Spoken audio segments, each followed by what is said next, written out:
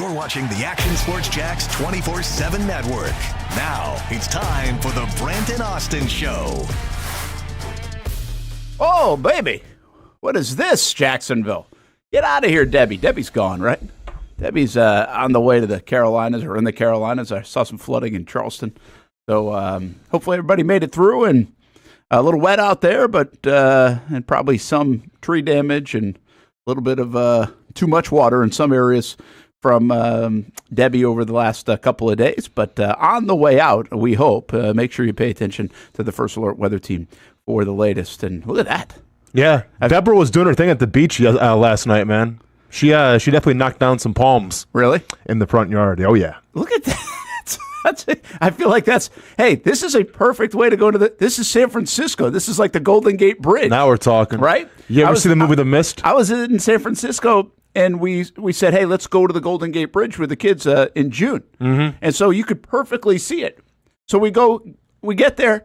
You couldn't see it anymore. I mean, we're like 50 feet from it, and you couldn't see it. I was like, what in the world? Mm-hmm. That happened in like an hour, right? And, well, there we go. Then we could see it like an hour later. Hamby, you ever see the movie The Mist? No, sir. Brent, nothing? God, you've seen some weird stuff, man. I've seen some weird stuff. It's one of the most famous Stephen King movies of all time, man. It ain't that weird. Is it? Yeah. Most messed up ending I've ever seen in a movie, by the way. Really? Yeah. Really messed up On ending. the level of scary. Yeah, I mean, it's a Stephen. Well, not every Stephen King movie is scary. Obviously, like The Green Mile wasn't scary. Yeah. Sad, but not scary. No, yeah, the Mist is definitely more of like a horror, like thriller kind of thing. Okay. Yeah, but good messed movie. up ending, like in a good way or a bad way? No, the most messed up bad ending you can ever imagine. Wow. Yeah. Just leave it at that.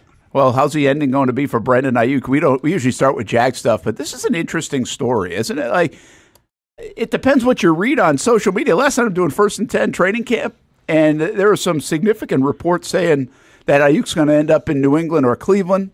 I woke up this morning, and by the way, this is on the heels of months of this stuff, but really the last 48, 72 hours.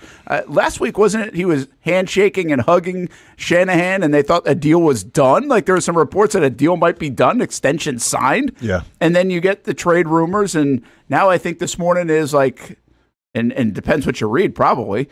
But San Francisco is basically just pushing some of that stuff out there. Yeah. And leaking some of this stuff.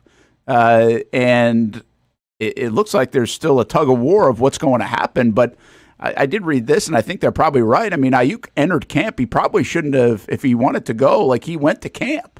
Yeah, but maybe it wasn't the worst thing, because now Adam Schefter's reporting that, they have given the star wide receiver permission to negotiate a contract with other teams.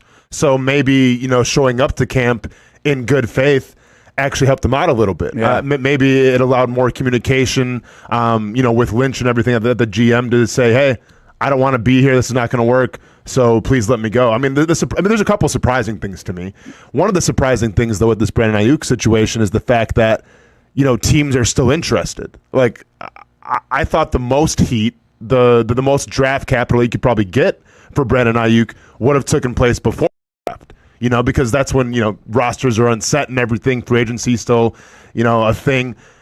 Well, the teams have their draft. Free agents have been signed. I mean, there's still some guys out there, but for the most part, all the big free agents are signed, and there's still a demand for Brandon Aiyuk. I'm kind of surprised with that. Yeah, that's a good point. I mean, listen, he's supposed to be a $30 million guy. So potentially, the value is going to trump what a lot of guys have on their roster. But where do you have the money allocated? Do you have money? That certainly eliminates a lot of teams that had planned. Listen, we think the Jags were interested in Aiyuk before they went and drafted Brian Thomas Jr. So, I mean, I think the Jags certainly had some interest there, but probably, 6, 7, 8 teams did. The Steelers, the Patriots, and the Browns have also been hot rumors with Brandon Aiyuk. He certainly will help your football team. I think the question I have, too, Austin, is San Francisco is like a favorite in many respects to win a Super Bowl. A lot of people are going to pick San Francisco when their picks come out to win and finally get it done, as they've knocked on that door. But how much does it impact them? Because Deebo Samuel's not coming off a great year. Obviously, McCaffrey's coming off a tremendous year. Purdy's been great, but the domino effect on San Francisco, if they lose Aiyuk, when it looked like they were getting him back, they're like, okay, the band's still in order, right? Yeah. And now they can run this back. But if they lose Aiyuk, they lost Armstead, you're losing some pieces off a team that has been very good the last 4 years. Yeah, I mean, Debo was a little banged up though, so like I'll give him the benefit of the doubt and say like, I think he'll bounce back this up and coming year and put up better numbers, if you will, because I'm trying to look at what he had. Yeah, I mean, 15 games, 892 yards, receiving. Yeah, I mean, it's a little 5 touchdowns. I'm sorry, he had 5 rushing touchdowns, and he had how many touchdowns receiving? I don't know. This whole website's messed up, but I think, like, yeah, you're going to miss Brandon Aiyuk if he leaves, hands down. But I do believe that the plan all along was to maybe let him go, and that's with the emergence now of Ricky Pearsall, who a lot of people were questioning, well, you got Debo, you got Brandon Aiyuk, like, why would you draft someone that high from Florida? And I think he was a first-round pick, was he not? Or second-round pick? Second. I believe he was second-round pick. Maybe he was a late first because of where they were picked. Maybe he was. I think he was a first-round pick. Pretty sure it was 31. Yeah, right he was a first-round pick, yeah. So when you take a guy 31 overall at wide receiver, I mean, you plan on playing him right away. It's not just a depth, thing. So I think, if Brandon Aiyuk does go someplace else, and right now I think there's been rumored 5 teams, we can name 4 of them. I don't know the 5th one. At least I don't, of the research that I've been doing. I mean, the 4 teams that I think that people are reporting on would be the Browns. It would be the Patriots. It could be the Steelers, and it could be the Commanders. Okay. Ooh. With McLaurin, that'd be interesting. Yeah, it'd be super interesting. Especially, I mean, a young quarterback there too in Washington, like give him some more confidence, build around him. Makes a lot of sense, a la the Chicago Bears, if you will. So I think San Fran's going to be fine because I think, Ricky Pearsall could be that guy. And I think there's a plan in place. Yeah. Of those teams that go, you don't maybe know the mystery team of whoever that 5th team is, but where does he best fit? Who does he make better? Like what's well, I mean, I think he makes any team better. Well, I know, but New England, like they don't become they're the 4th team in the AFC East, and that's not changing. Even with Aiyuk, unless you think differently. But I don't think so. Washington, now you start adding that duo, and there's a report today that Jaden Daniels is playing pretty well there, and he's going to be the top guy on their depth chart. And, so there's good signs on Daniels, and who really knows with the young quarterback. Same with New England and Drake May. I like the idea that you're going to help your young quarterback. But then there's Deshaun Watson in Cleveland and what they already have. Like, they've got a lot of pieces right there. And then the Steelers are very to help whatever quarterback ends up playing. Some people think Justin Fields is going to win that job eventually out of Pittsburgh camp. So which one does he help them? It's either Cleveland. It's got to believe it's either Cleveland or Pittsburgh. Oh, yeah, hands down, I'm going either Cleveland or Pittsburgh. And if you're asking me the team that I would want to play for, I mean, do you trust Deshaun Watson? No. Can he make a rebound? Can he make a rebound from last year? I mean, I will say, look at Amari Cooper's numbers, though, regardless of who the quarterback was last year. Like Amari Cooper 8 might have been the most underrated wide receiver in all of football last year. So if you get added in that offense with that run game, whether it's going to be, Jerome Ford or Chubb carrying the rock, you have a good offensive line, you have a pretty solid defense. It is a wide receiver friendly spot in Cleveland. And then if you look at Pittsburgh, I mean, whoever prevails over Russell Wilson and Justin Fields, I mean, do you trust them? Maybe a little more than Cleveland.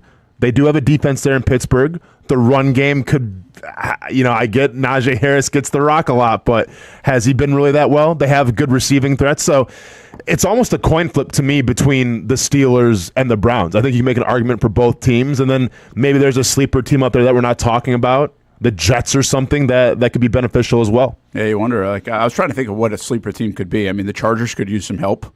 Yeah, right. Yeah. Mm-hmm. Do they stack up around a guy like Kyler Murray in a what could be a big year for him? Or I know this, he ain't going to Houston. No, I think Houston's all set. And I don't think he's coming to Jacksonville. Yeah. Could he? Even the Tennessee Titans have loaded up on wide receiver this year. Could he end up in a place like Indianapolis, who's got money or something like that? Could that be a sleeper team? Could he figure in? But the bottom line is, let's just say he ends up in either New England or Cleveland. The Jags could end up facing him this year. They don't face the 49ers this year, but they could face a team with him. I think Cleveland's pretty interesting, especially since not everybody's sold on Deshaun Watson still right now in his play and even some of his play early this camp. So New England offered him a second-round pick before the draft, and the 49ers declined that offer. Wanted to get more, didn't get more for him, and he's still a 49er to this day. do you think that price is still going to go up? Like, I mean, obviously, San Fran's looking for a first-round pick here, you would think, for Brandon Aiyuk. Do you think a team's going to be willing to give that up? Or are we talking the second to third round range? Or maybe, obviously a player as well. But if we're talking just draft picks right now, draft capital, what are you giving up for Brandon Aiyuk? Well, yeah, I think with a $30 million contract that probably looms, I'm trying to get him for a second-round pick or a third-round pick, or I'm not trying to give up a first-round pick for that. It's too much capital, most likely, in my opinion. And you don't have a ton of suitors, and San Francisco has lost leverage here in the trade if they're going to get rid of him. So, yeah, I'm not budging. But let me ask you this, though, Brent. You said, if it's going to cost, he's going to be one of the highest-paid wide receivers in the NFL. Yeah, absolutely. So if you're willing to pay that much, then what is the first-round pick? What is the second-round pick? Like, if you're that, because you have to understand, this isn't going to be a rental. Like, you're not going to bring in, Brandon Aiyuk and, okay, well, we're going to rent you for the season, franchise. No, like, you're going to have to pay the man his money. He's a cornerstone, yeah. Exactly. So any team that's willing to do that, I would make an argument and say any team that's willing to pay this dude $30 million, whatever, is also willing to give up a first-round pick for him. Yeah, listen, you're not going to do that if you're New England. New England is going to have a top 10 pick, right? Washington, I don't know if I'd trust that, even though you might feel better about their football team. Pittsburgh's going to pick in 18 to 22 range. Cleveland Browns are going to pick probably in a similar spot, I would think, in a tough AFC North. It's hard to figure who's going to make the playoffs or not, but they definitely could be a playoff team. I don't know if they're an AFC championship team. So, you got to find somebody, when it comes to a first-round pick, you got to find somebody that thinks they're in the back of the bus there in that round. They are not going to, especially with the price tag. If you think you're going to be a top 10 pick, you hold out, and you're from New England, you go get a receiver next year in the draft. Now you got him on a rookie deal instead of a $30 million deal, right? So, I think this is a second-round pick at best for any of these teams. I get what you're saying, but there's a time and place where your investment has to stop. Like, you can't put too much into it. I don't think so, and I don't know if any of those teams are so desperate that they need Aiyuk.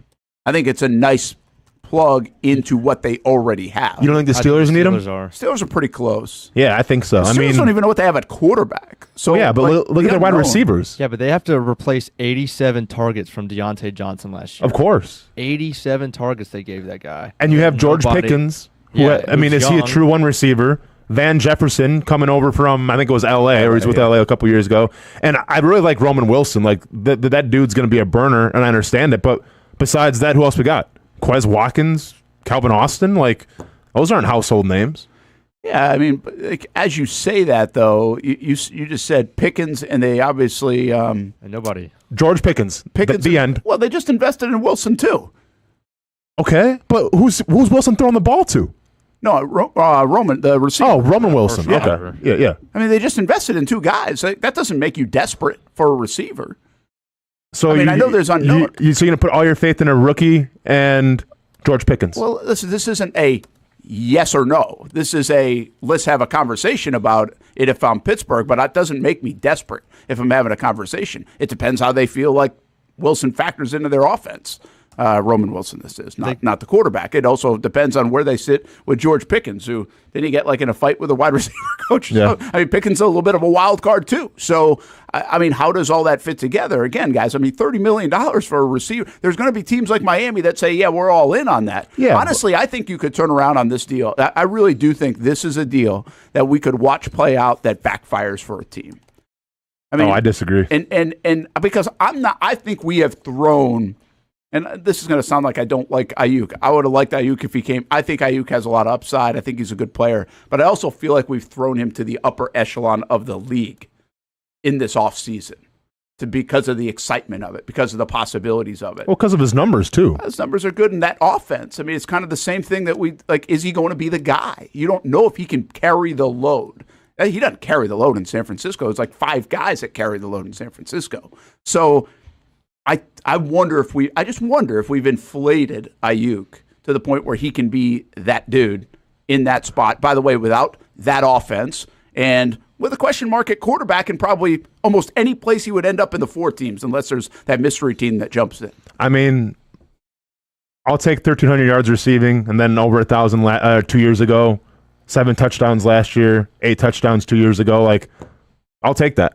And like, yeah, I get it. You play in a high-powered offense. Congratulations. You also have Brock Purdy throwing you the football. And I don't think a lot of people are going to say Brock Purdy's a top 10 quarterback. So then what is it? Is Brock Purdy that good of a quarterback, or do his weapons elevate Brock Purdy? So I think Brandon Aiyuk is a one receiver. And I think if you're the Pittsburgh Steelers right now, and I get that you've done things a certain way for a long time, you've always believed in building through the draft. You've always believed in re-signing your own draft picks and going through there. Very rarely do you ever try to make a splash in free agency or trades and bring some guy in. And I look at the Pittsburgh Steelers and I go, okay, yes, you are a winning franchise. You've had a lot of success. You have one of the best coaches in the entire NFL. But you had Big Ben, who at one time was a top 5 quarterback. You only won one Super Bowl with him. And through all that time, what else have you done? You've gone over 500, and that's been great. You've gone to the playoffs, but you play in a division now where you might be the D side of that division. And you might have the worst wide receiving core in that entire division, because I'm not going to put them against the Bengals. I'm not going to put them against the Browns, because they just got Jerry Jeudy. I think they got, who was that? Moore too as well, if I'm not mistaken. And then with the Ravens, like, yeah, they're not built through the air per se, but I'd still take the weapons of the Ravens over the Steelers. I'm looking at the 4th probably best offense right now in the most competitive division in all of football. So if that's the case, then yeah, I'm going to mix it up a little bit. I'm going to pay a little bit and get a number 1 wide receiver in here to help out either Russell Wilson or elevate Justin Fields and give him some more confidence. Yeah, listen, again, I'll sit there in the room and be like, yeah, I get it. I feel you. I just don't know if it's like a locked in. I think there's reasons to at least scoff at it a little bit. And therefore, I think if you got to ask yourself, how much do we need it? How desperate are we? The other thing about all what you just said, even with Aiyuk, they might have the 4th best quarterback in that division too. And they probably do. Yeah, right. I mean, I'm not. No, I think Deshaun Watson's the worst. We'll see. Yeah. Yeah. But I think there are questions around Watson, much like there are around Wilson and Fields at this stage, right? Mm-hmm. So, yeah, and here's a little the buyer beware part for me, guys. When these receiver contracts are getting way up there, sure, Tyreek Hill has been terrific in that regard. I think we'll see about Waddle and see when he gets paid. He just got paid, so what will that play out like? I honestly don't think the Devontae Adams deal has paid off. Not say he's a bad player. It just hasn't paid off to the tune of $27 million for the Raiders. It hasn't impacted them the way it should when you have a player like that. And heck, there's even conversations since they did that deal of him moving a couple of times. I think right in San Francisco, since they signed Deebo Samuel, has that part worked out? Now, it's worked out because they're good, but his numbers have not gone up. He's obviously been banged up. That's the style he plays a little bit too. So, I think there are examples where it does work, and we'll find out with Justin Jefferson. We think that's a no-brainer. That's going to work because he's so talented. But I don't know if Aiyuk is in that Jamar Chase, Justin Jefferson, even Devontae Adams, even Tyreek Hill kind of category. So he's that next tier that's going to get paid that much and now has to deliver like those guys. Real quick, Jeremy, are you taking the Ravens' weapons over the Steelers due to having Lamar as a quarterback? I mean, having Lamar helps because Lamar is a weapon, but I would honestly probably take, regardless of Lamar, I think it's very comparable in terms of weapons. Like, with all due respect to George Pickens, and I get, like, maybe he didn't have the best quarterback throwing to him, I think Zay Flowers might be a little more proven. And I think the addition of Nelson Aguilar to take the top off a little bit, and I'm obviously taking Mark Andrews, and I get it, Pat Freiermuth is a great tight end in his own respect, but I'm taking Mark Andrews all day. And if you want to get in the running back position, that's going to be a 10-8 round Derrick Henry over Najee Harris. Two great Alabama running backs. One's just a little better. I get what you're saying, Brent, in terms of, is he proven to be the one? But we had these same conversations about T. Higgins. And I had my same concerns about T. Higgins. Sure. But right now, I'll be honest, the Bengals are liking having T. Higgins more than not having him right now. Like the Bengals, we're talking about the Bengals maybe making a run. Why? Because, you got a pretty good tandem in Jamar Chase and T. Higgins. Now, is T. Higgins the number 1 receiver of that offense? Hell no. It's Jamar Chase. Jamar Chase is getting paid. But T. Higgins definitely adds something to that. You put a Brandon Aiyuk in a locker room like Pittsburgh or Cleveland, you have Amari Cooper in Cleveland, and he still might be the number 1 receiver, but that's going to make your offense so much more dynamic. It's going to make defenses that much more nervous to go against you. I'm not even going to look at it as the go-to guy. I'm just going to look at it as that's going to be a lot more yards. It's going to be a lot more touchdowns. It's going to be a lot more explosive offense, whether it's with the Browns or it's with the Steelers. Yeah, it'll be interesting to see where he goes. Let's finish with this. Is he going to go? Does he end up somewhere? We've been asked that question for the last 6 months, right? Yeah. And I think it's changed. I thought he was gone, and then obviously it looked like they were going to remedy this deal after the draft and everything else, and now he might be on the move again. I don't know if I have a great feel for how this one ends up, but it certainly seems like the smoke is there that now you don't go back. I mean, when we're in the middle of training camp and we're still talking about it, I feel like a deal gets done and he moves. Yeah, I mean, unless, San Fran throws the Hail Mary and offers him something. Yeah. But if that's not the case, no. I mean, if I'm going to put all the chips in and, put the college tuition on the line, I'm taking Pittsburgh. I think Pittsburgh's going to finally switch it up a little bit. I mean, they already switched it up by bringing in both Russell Wilson and Justin Fields. Yeah. That definitely wasn't a Pittsburgh MO, if you will. And I think they're going to continue that trend now and actually, go for a trade, bring in a high-priced, player, then have to pay him, which is not really the Pittsburgh way. I think they think outside the box a little bit to try to compete with a very competitive AFC North. I wouldn't be surprised if we get some more rumors on Aiyuk over the next couple hours in the middle of the show. I mean, that's just the way this thing has gone. The last 48 hours or so have been pretty wild, and that's on top of the last 6 months when it's come to Aiyuk. Where could he land? Where will he land? Will it happen sooner or later? Obviously, a lot of time still. Like, they can wait on this for another few weeks if they want to. Mm-hmm. I always say they can wait all the way until the trade deadline if they really want him on his team and see if they can keep him happy. And we have seen some guys pivot now from that position where it looked like, okay, they were goners. T. Higgins is actually one of them. Like, he seems like a happy camper now to be in Cincinnati and just say, I'm going to play this out, even though he's really an unhappy guy in terms of the big picture of he wants a big deal. He's happy enough to be in Cincinnati and try to go earn it under the franchise tag. He's the only one that's doing that. That didn't get extended. That got tagged. So we do have like some examples all of a sudden. I didn't think we had any more examples of those. I thought once you were mad, you're out. Yeah. But doesn't seem to be the case necessarily with a couple of different situations around the National Football League. We'll see what plays out with Aiyuk. What do you think happens? What's your final prediction? House on the line. Yeah, I think he goes, and I think I actually think it will be Cleveland that gets him. I think they're the desperate team of all of them. After going to the playoffs last year? Yeah, but it's bigger than that. Like, they have to go to the playoffs multiple years. They have to make the Deshaun Watson deal work. There's rope in Pittsburgh to play with. There's not as much of that in Cleveland, in my opinion, to get this right, especially with the Watson deal. So you go put it around him, you help him out. You have a good football team, too. Like, you have in my opinion, you probably have a better roster than the Steelers. Now, the team that probably could do it and will give up stuff, it could be the Patriots. Mm-hmm. But I just don't, that doesn't move the needle at all.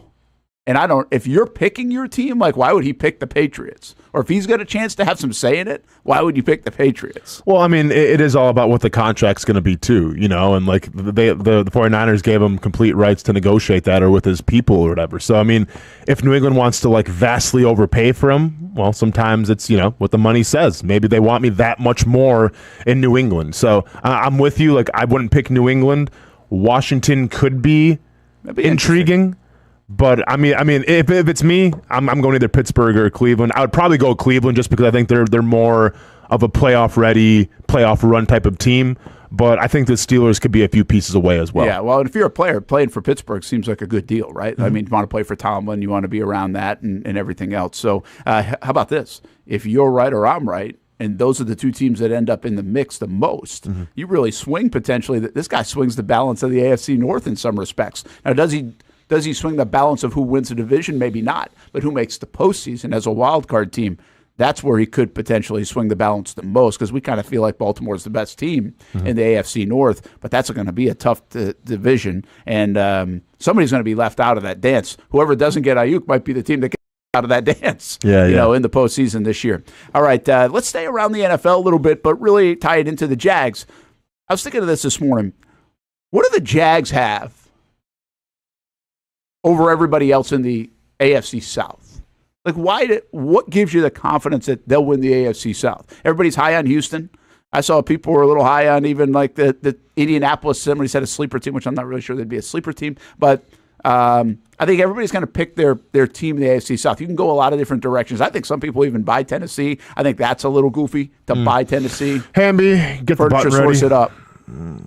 But good siesta. It's raining outside too. It's a good sleepy day. Nice ambiance. But what do they have that the other teams don't have that you can buy into? That you can say, hey, we're better than you because. What gives you that confidence that they're going to go win the AFC South? We'll get another nap time in a little bit later. It's been a while for you, Hamby, to find that button, that image, that logo. Nap time coming up. You can take a 5-minute nap right here in a commercial break. It's the Brent Austen Show, Action Sports Jax 24/7 network on a gloomy day in Jacksonville, but getting Debbie out of here. And we have after the game today, Jamie Rogers from Bradford County.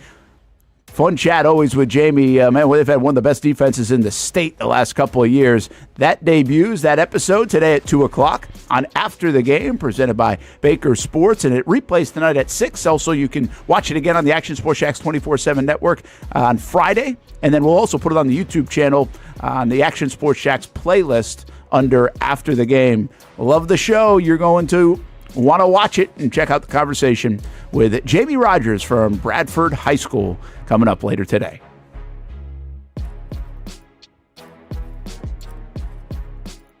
Everyone loves a good game night. Here you don't have to be the host. You don't have to clean up. They bring the food and drinks to you, and you can watch whatever you want on the big screens. It's more than a card room. It's a night full of fun with friends. Best Bet Jacksonville, Orange Park, and now the newest location here in St. Augustine, right off 95 at exit 311. A brand new clean room, a full bar and menu, my favorite sushi in town. And I love the fries too. You don't have to just play poker at Best Bet. That's why I come over here to the table games and play one-card poker. That's a pretty good card and a win. One-card poker is like war as a kid, you against the dealer. And this isn't the only fun table game to play.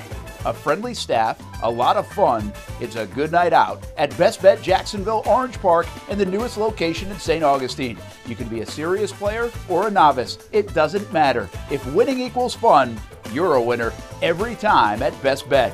I'll save you a seat, and I'll see you down here at Best Bet St. Augustine. Oh, man, it is that time. I love being outside, but it is just so hot. Oh, my gosh, I cannot be outside. Well, you know, it doesn't have to be. As a matter of fact, I've got the perfect solution for you to be able to stay outdoors and not look like this guy. GW Outdoor Solutions has the solution that will help you create areas of shade with their automated retractable awning. As the summer months inch closer, the high temperatures will be right there too. With GW Outdoor Solutions, go from scorching to cooling in no time with one simple push of a button. These innovative shade solutions not only provide protection from the sun and rain, but also add style and functionality to your home. Let GW Outdoor Solutions transform your backyard into paradise. Check out GWOutdoorLiving.com for your free estimate.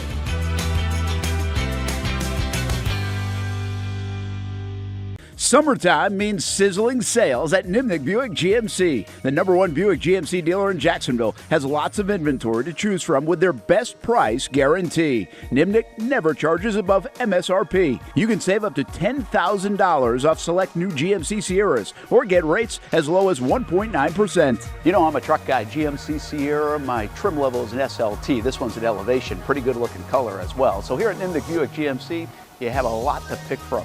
My father-in-law, he drives this, an Enclave, so I feel like that GMC in the family. 2025 is coming around the corner, which means it's almost time to close out those 2024s this summer. You can schedule a test drive at NimnickBuickGMC.com, and while you're there, check your trade value and customize your payment options. Nimnick is there for you, even on Sundays. Visit the showroom on Phillips Highway or shop online at NimnickBuickGMC.com. Nimnick, your friends in the car business since 1941. GMC, we are professional grade. It's hard to put a price on comfort, especially when you use that comfort on a daily basis. But if we're going to put a price on it, how does the lowest price guaranteed sound? Furniture Source is going to have the biggest brands, whether it's Ashley, Casper, or Tempur-Pedic, and once again, it's going to be the guaranteed lowest price in Jacksonville. Right now, my friends at Furniture Source are going to give you the ultimate hookup because all month long, they're making their inventory wholesale price. Check out their markdowns up to 50% off. And remember, since it's Furniture Source, you're getting the guaranteed lowest prices in Florida or your money back. Don't have the cash on you right now? It's no worries. Shop endless options to suit your style and budget and enjoy 36 months off with no interest financing. Why use your money when you can use theirs?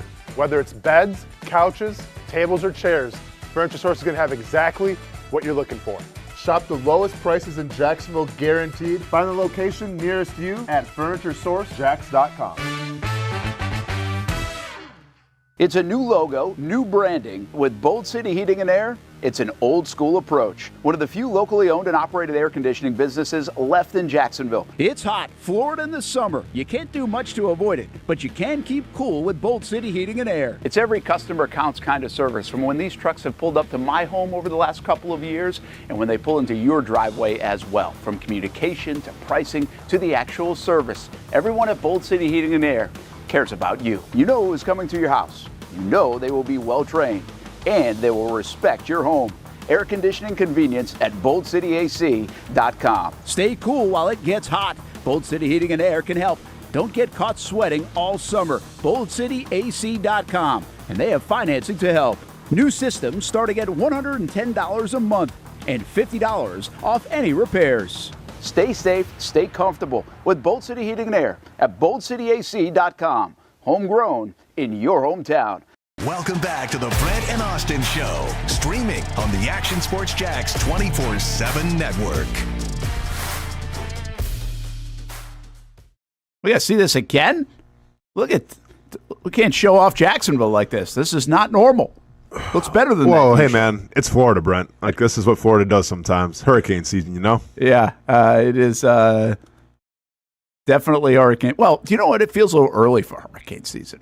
Okay. Although I don't know anymore, man. Hurricane season goes all the way into October. Well, I think it actually goes into November. Yes. But around here, we've had them in like mid-October. Mm-hmm. And we get this. I've had Dream 18 tournaments postponed or moved a little bit because of late August. Halloween's getting messed up. Yeah, everything. So, how did you do, Hamby, on the storm? How many storms? Is this your first storm? He's still doing it. This is 3 for me. This is your third one? Yeah. What do we have? How long have you been here? Since last year? Well, I started in August of 22. So I had, what was that, Ian? Oh, wow. That was a pretty good one, right? That was like my third week. They threw me in the booth for that one. And then last August was Idalia, which was pretty much the exact same track as this one was, interestingly enough. But I was told to clip my show to present for some awards, potentially. Nice. You got to send them in. From yesterday? Yeah. It was that good. Are those the Marconis we're talking about? Nah, not the Marconis. Macaronis, no? Something like that. Okay. It's like Who knows? It doesn't really, but that's a good sign. Oh, he's so humble. He's like, I don't do it for the awards. You just present them. It's a passion project. You have no idea. Yeah. Did you have to pay for that? No, I don't think so. All right. Yeah, get ready. You might have to. Yeah. No shot. No shot. I'm cool without the award then. Yeah. Yeah, we stopped doing the award thing once we had to start paying for them. Oh, yeah. Right. All right, Brent. There'll be like Folio Weekly says what's up. There'll be like a budget of what you can. Sports doesn't usually fit in that budget. Now we can get like the all-inclusive one, and then you can like that. We stopped doing like the especially the Emmys. The Emmys are a fun one because like it sounds good when you win an Emmy. Sound good when you win an Emmy. People take you seriously. We won an Emmy, and my mom was like so excited. She heck yeah. That was the first thing on my LinkedIn I was like, page. I'm not even gonna tell her that this isn't like the Emmy you see on TV. Right? Oh, it's not. See that? You should have told me that. It's not that. I mean, you kind of it is under that, I guess, somewhere under that umbrella. But like that's what she's thinking. She's probably thinking I'm rolling out on some red carpet in L.A. Let's go. You know? Yeah. And you have to pay to present that? Oh yeah, man. The Emmys, are like $160 to enter. And I mean, like you do AP awards. Basically, the common ones in TV do the AP awards, the Emmys, and the Moros. And I always found this was pretty interesting. And we've actually been fortunate to, when I was in Albany, maybe here too, we won a Morrow. Morrow is a, trying to think of if we got. Doesn't Emily Turner have one? Probably. But I don't. I mean, listen, people win them. I mean, it's cool when you win them. The awards are great when you win them, and they're like, yeah, whatever when you lose them, right? You kind of characterize it. Yeah. But the Morrow's fascinating to me because from a journalistic standpoint, it's actually the biggest one. The Murrows? It's like the best one to win. But Emmy all day. Seriously, you remember that plaque when you got like you were 8U? In whatever sport. Yeah. And it that's the way it comes. What do you get? Do you get like an actual Emmy if you win the Emmy? You got the Emmy. Yeah, dude, Emmys are way better. I mean, if you get the actual like award, like it's like the angel kind of like that's what we doing got. like a curl, like not curl, but like a hip mobility, like an arm mobility thing. Like this, right? Isn't this the Emmy? Yeah, man. Yeah. So that's cool. But the Emmy's way better looking, is my point. Yeah. But the Morrow is like more prestigious. Nah, man. No, it is. No. No, it's it is. I'm telling you it's not, because if it was more prestigious, it'd be a better trophy. Yeah. Like there's a reason why the Stanley Cup is so prestigious. You know why? It's a pretty cool looking trophy. It is a good trophy. Yeah. Maybe we should have taken a bump shot of all the awards outside the sports office here for this segment. I mean, why do you think like nobody watches the World Cup in this state? Because they do, but like, posers. But do you know why? Because the trophy sucks. The trophy is pretty weak. This is the trophy. Dye this gold, paint it yellow, and you have the World Cup trophy right here. It is weak. Yeah, that's it. I'll tell you what's actually better. The one that changes is kind of interesting, and this happened when I was in New York too. I never remember doing awards in Providence or Louisiana when I was there, but in New York we did, and the broadcast, like New York State Broadcast Association. Now they've got the Florida State Broadcaster Association. What is this? Or AP Awards or whatever else it is. That's the Morrow. Oh, is that the Morrow? That's not the Morrow. They couldn't find a better picture of the dude? He looks mean. Is that a national Morrow? Maybe that's a national Morrow. That's not the Morrow we have. I'm talking, it's literally on a wooden plaque. I got to find it. I'll bring it in. Okay, Hammy, can we get a look at that guy a little more? Like, that's Edward R. Morrow, baby. What's his story? I don't know. I just know it's prestigious to win it. Because so what happens is you win like a regional Morrow, and then you go into a national category. You win a national Morrow, it's really it's a big deal. Looking like Zordon from Power Rangers, like the big blue dude with his. But I'm sorry, am I wrong? But the AP awards kind of change. Like, not annually, but every couple of years, there'll be one that look like that, or then there'll be like a pyramid-looking thing. Okay. So it actually has got some character to it. Yeah, no, it looks like this is looks like a high-priced paperweight. This is actually too I'm nice all set. right here. Yeah, that does look a little bit like a paperweight. Yeah. But most of them aren't even like that. That wouldn't even make my shelf. Like, I'm not going to move my Funko Pops for that. So, I mean, don't worry, we don't submit them anymore. I know I'm not eligible for anything, but anybody listening that wants to, register me, just go ahead and just save your money, because I will tell you this: if you're in this business and you have a chance to, and I've judged the awards before because they ask for help. Like, so you'll judge like a different area of the country, like Ohio or something like that. So when you judge, you have to judge like based off like a 1 minute reel. It's actually the Morrow ones. I'm sorry, the Emmy ones. It's a process. Like, that's why they have a hard time getting people to do it. But there's different criteria, and you have to watch it all the way through. They're longer than a minute. I mean, some of these things are like 15 minutes long, depending on what category you're doing, and maybe even longer. But it's actually I would say this. There's my little educational advice today for anybody in this business. If you get a chance to judge it, it's actually educational because you see what else is out there. You see what people are doing, and you see what people think is good. Yep. Right? Go and copy them. I like and then you copy them. Oh, this looks good. This looks professional. Let's go and steal those ideas. That's a good idea. Yeah, I'm not going to vote for you, but I'm going to definitely steal all your ideas. Listen, all good ideas are stolen, man. Hey, I'm in the radio industry. I'm aware. Duh. So anyway, it is educational experience, but good for you. I'm glad you liked your show that much. That the show was good. That's how we got on this. You guys did good work. Vote Jason Hamby, everybody. It's not a public vote. To be honest with you, trying to help you out, man. It isn't a big enough storm until the sports team gets asked to go report. Oh, I remember my first year. You were out there. Yeah, I was out there in St. Aug, probably, right? Yeah, that's cool. I remember. They're you okay. and Becker. Money Mike, man, I sing your praises all the time on all the shows that I'm on. Get me in that storm tracker. Let's go. It's down. It's down right now. It's not running? Oh, no. So what happened? Got a little too windy? Some Got knocked technical over? difficulties. Oh, it's something. It's like a dead battery. I thought you meant like it ran aground or got in the ocean a little bit and something got swept away. Listen, there's a lot of technical things in there. Dead that can go battery. wrong. I mean, that thing is actually a pretty cool wiring. Sweet. It is pretty neat. Hit the button. Here I'm thinking like it was like an incident like where a tree fell in or something because like you're in the middle of the storm. No, there's some wiring. Probably that like needs to be- Wi-Fi was out or something. The Wi-Fi was out. The XM radio wasn't working properly. It's a cool deal though. The Storm Trackers actually was I like that. Yeah. But the crazy thing is I've driven the Storm Tracker. You cannot go fast. Why not? It doesn't like It's a got tank. It's got like a governor on it or something. Man. It's got a You gotta go governor. like 55, 60 Go and miles. take that bad boy off then. Like seriously. You What know, happens if you're in okay, we had tornado warnings yesterday. What happens if you're in a tornado? You're just going to casually just drive by it? you're not supposed to be in it. Oh, dude, those things are built for tornadoes. But I mean, the Storm Tracker, man, it's got its like memories down in St. Augustine. It rolled through some real big flooding down there. I think back in Irma or what was the other big one down there? Michael, maybe a couple 5-6 years ago. And so that thing's pretty awesome. The problem is, though, I'm like always in a hurry. I remember taking that. I think I took it to the Dream 18 tournament because it's a great thing to put out there, like promotionally. It's all dialed up and wrapped up.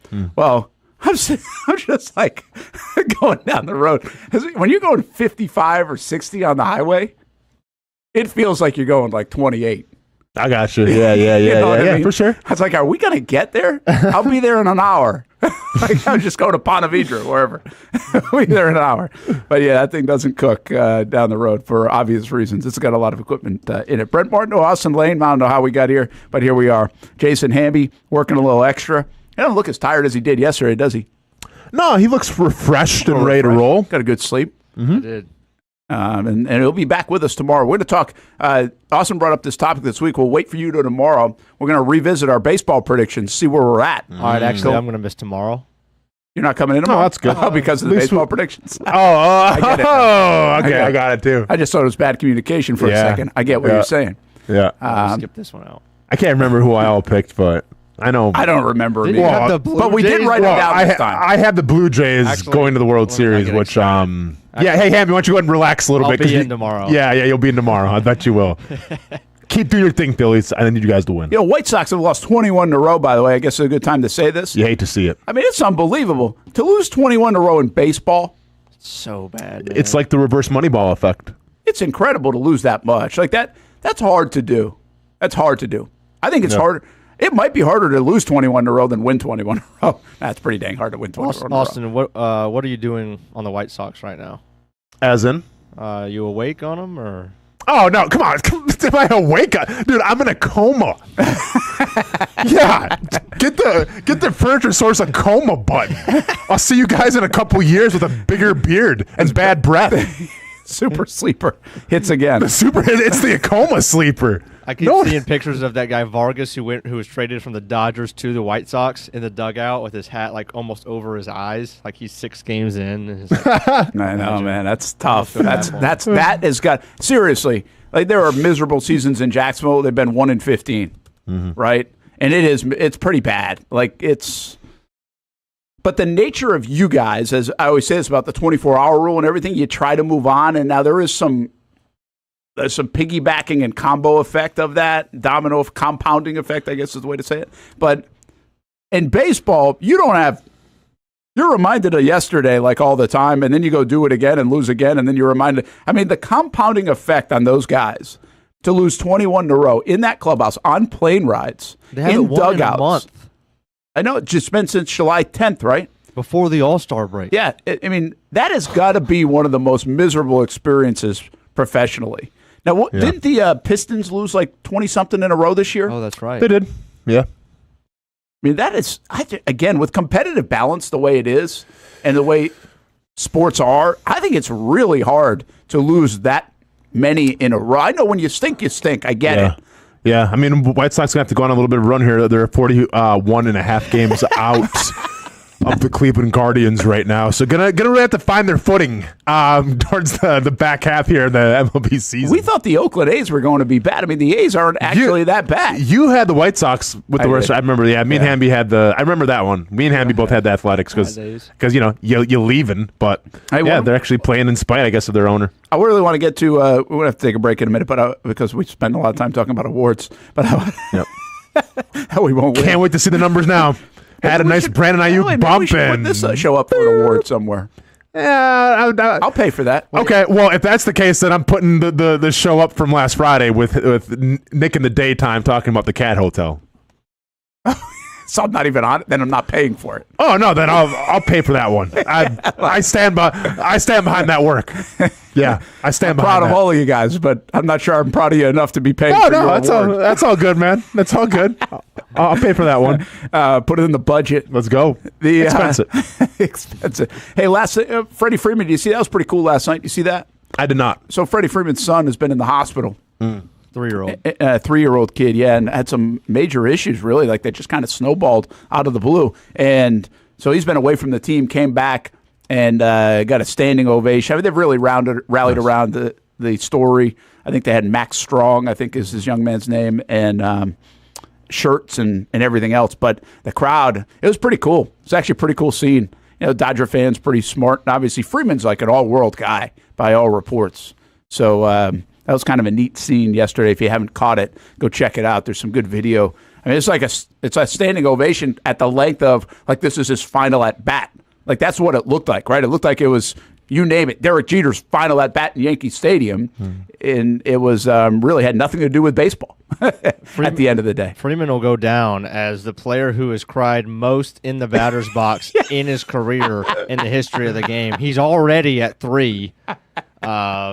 And, by the time he has his last season, that'll be 4. The Braves will sign him to a one-day contract. That'll be 5. Hey, I'm okay with that. That's all right, man. That's emotional. I would imagine that's going to hit you, especially in this respect. There's no crying in baseball, Brent. I mean, talking about your kid, that was that's justified, man. And that was pretty neat to see them respond that way. I did not expect that. And he was one of the. I mean, it's hard to remember a guy being away from the team for a family matter this long. Yeah. Because I think it was a solid 8 games. Yeah. He was gone for almost a whole week. He's on my fantasy baseball team, and I'm in a tight game, and I'm just kidding.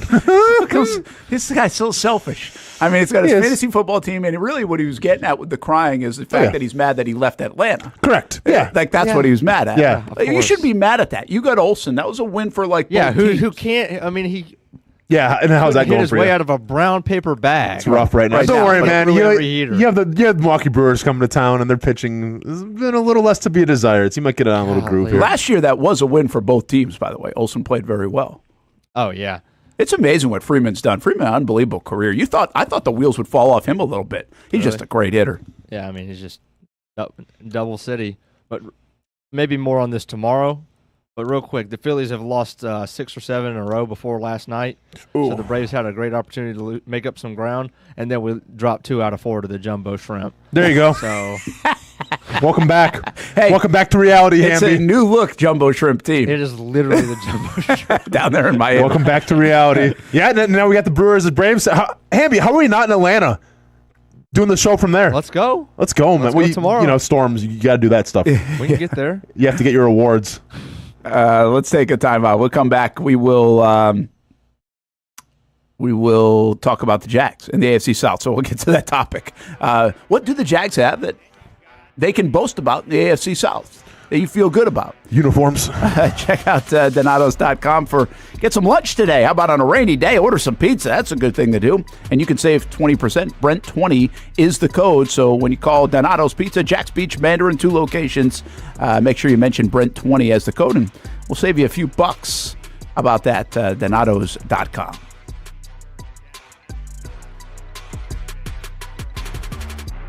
If you don't see a pit, it ain't legit. When you hear that, you think Bono's Pit Barbecue, a staple in Northeast Florida now for 75 years. A place that feels like home with friendly service, a meeting place for friends, family, or business occasions.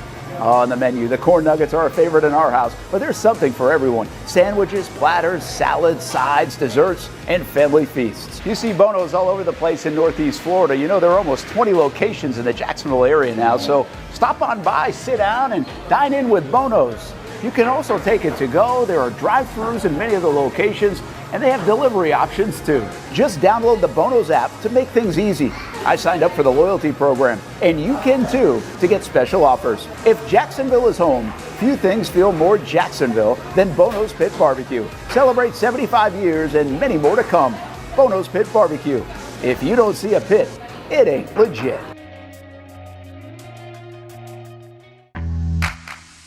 What started out as better people, better projects just keeps getting, well, better. That's Better Exterior Solutions, ready to help you create a better outdoor experience. Check this out. Motorized pergolas are the latest in technology to transform your outdoor space. Beautiful day? Let the sun shine through. Summer rainstorm? These pergola systems close automatically to keep the weather out. From residential to commercial uses, Better Exterior Solutions has products customized to meet virtually any existing architectural structure. With retractable awnings, screens, and hurricane shutters too, if you want unparalleled quality and expertise, you need Better Exterior Solutions. Get a free estimate by visiting betterexteriors.com or calling 904-902-4999. Better Exterior Solutions. Experience better. You trust CGC to make your water great, and now you can trust CGC with your plumbing needs as well. Fast, convenient scheduling, licensed and insured. A quick call away at 904-552-1242. You never know when you're going to have an issue with a shower, toilet, or maybe it's a sink that sometimes is easy to fix. All right, let's be honest. I'm not fixing anything. I'm totally staging this because when I have a plumbing problem, I call CGC Water Treatment and Plumbing. Trained professionals, transparent pricing, customer satisfaction. Small problem or even a bigger issue. Maybe you need a new tankless water heater or something a bit more intricate. The experts with 25 years of experience at CGC Water Treatment and Plumbing can do it all. Call 904-552-1242 or visit cgcwater.com. Right now, get 10% off any residential job of $500 or more. CGC Water Treatment and Plumbing, an authorized independent Connecticut dealer. Florida license number CFC 1432579. At Southampton, local golfers have no shortage of options when it comes to picking a course to play here in Northeast Florida year-round. Yet time and time again, I find myself here at the golf club at Southampton. Easy to get to off 210 in St. Johns County. It's family-owned and operated and renowned for being one of the area's most player-friendly. That's just one of the reasons we hold the Action Sports Jacks Dream 18 charity golf tournament here each fall. The Mark McCumber design layout is great for all skill levels of golfers, from the guys who bomb it a mile on the range to golfers like me who are just happy to put it in the fairway, which Southampton has very accommodating fairways. And if you need new clubs, come down to the pro shop. They'll fit you up and get you a nice new set like they did for me. For more information on membership or to book a tee time and see for yourself, head over to golfsouthampton.com or call the clubhouse at 904-287-7529. The Golf Club at Southampton. It's the official home of the Action Sports Jacks Dream 18. Make it your home for golf too.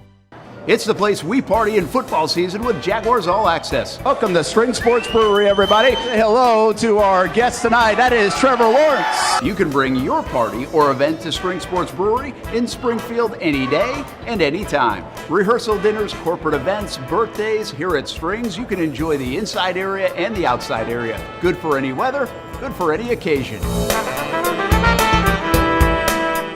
Watch the games, play the games, shoot some hoops. Beer? Yeah, they have that. Plenty of choices. And sure, this is a brewery, but Strings is also a restaurant, and the food is fantastic. A full menu made from scratch meals. And if you need String Sports Brewery to help with a party at your place, they cater too.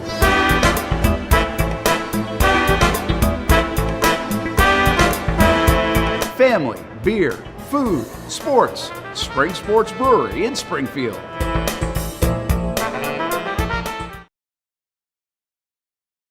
Welcome back to the Brent and Austen Show, streaming on the Action Sports Jacks 24/7 network. Hey, welcome back, and don't forget, it doesn't feel like a golf day, but we are now 6 weeks away from the Action Sports Jax Dream 18 golf tournament, doing some work on that this week. We've got the hats ordered up. We have some tee gifts ready to roll, and more things underway as we prepare for a big day on the 16th of September. Hopefully you can be a part of it. ActionSportsJaxDream18.com. We will have our show live out there as well. That's a new wrinkle that I kind of forgot about, quite frankly, 10 a.m. until 1 p.m. But I think we're going to have some fun with that one. Right. We may be doing some live play-by-play, maybe some special guests pop in. Austen Lane, new Dream 18 golf tournament play-by-play man. Let's go. Hopefully no feelings get hurt. Hopefully no feelings get hurt. We have to have people sign a waiver. Gonna have to sign a waiver. Gonna have a nice little, like, I don't know what you'd call it, like a hugging corner, like, where just in case things get a little too intense, you don't like what I say, you can go to the hugging corner and we'll have a counselor ready for you to say, like, all right, what did Austin say? How did it affect you? All that stuff. That's kind of funny. That'd be good. I'm coming for blood. Yeah, I bet you are. Mm-hmm. We'll try to balance you out with somebody that can kind of give a hug. There you go. A voice hug. There you go. If you will. Brent Martineau, Austen Lane. And, man, did we go to the bullpen? Hamby to Kim's corner. Kim Possible, what's the stitch? I mean, it's like we actually went to the bullpen. We did it mid-show. Yep. So Kim and Hamby been working hurricane coverage. Got some vacations to balance as well. We might just try to get somebody else in here in the next hour just to see how deep our pen is. No, this is definitely a social experiment to see who we can get in and who is going to have the least amount of sleep when they're sitting in that booth, because we've had Nick in the daytime going on, I think it was 36 straight hours. We've had Hamby where I don't even know what the hours are up to him. I don't think he even knows anymore. And now we have Kim Possible with the stitch where she's struggling as well on the struggle bus, but she's here ready to roll and we appreciate her. Yes, we appreciate you being here. 11 o'clock hour rolling around. We started off with Brandon Aiyuk, and we want to get to now the Jacksonville Jaguars. I was thinking of this again just earlier today. I think I saw something with Houston. Houston, obviously, everybody's talking about, and rightfully so. There's a lot to like with D'Amico Ryans and C.J. Stroud. And what's interesting about that team, and Jags fans, block your ears for a second. I think those guys are likable guys. And I think that's why, in part, they've become, around the National Football League, a little bit of the darling.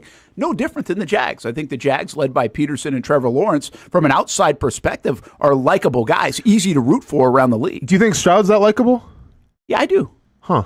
I do. Because I feel like, he was kind of like saying something, like he was getting kind of cocky about like the college football stuff. Yeah, I think he's got that in him, man. But I think he's got that swag in him. But I think he's likable. I think he's likable like Lamar is. Okay. I think Lamar is going to say some things and probably rub some people, especially if you're not a Baltimore Ravens fan. Yeah. But I think overall it's like, yeah, that's cool. So then do you think Trevor should say more things? Because you think Trevor Lawrence is likable? I mean, like, yeah, that's what. Yeah. I think they are. We're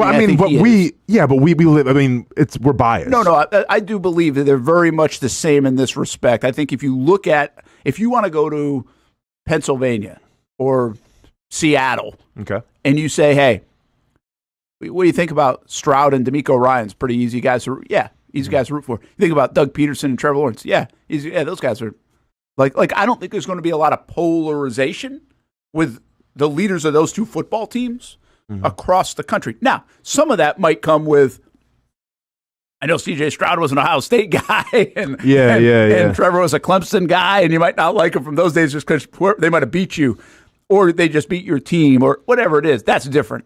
I'm just telling you, I think overall, the national media, I think people as fans, easy to put your arms around these two teams. And I think in that some respect, I think that's why they've been darlings of the last couple of off seasons. Yeah. One for their rise, which was quicker than anybody expected, but also because of their likability. The point being, if this was still an Urban Meyer-led team, you wouldn't have that. Even if Urban won, nobody would be putting their arms around Urban and the Jags. In fact, I think the Jags would be an interesting element. They'd be a very polarizing team because you want to not like Urban Meyer. Mm-hmm. Wow, did we just go after dark? Oh, that looks cool. I mean, I don't know what just happened here, but I like it. That looks really cool. I feel like I just went to a new level on Pac-Man that I haven't gone to before. Yeah. Pretty cool. I like it. Kim, I don't know what you did, but I like it. But anyways, okay. She so doesn't know what she did either. no, it's all good, man. We move. Paul says, Nick, Nope. we move. We move. Okay, but so let me ask you this: like,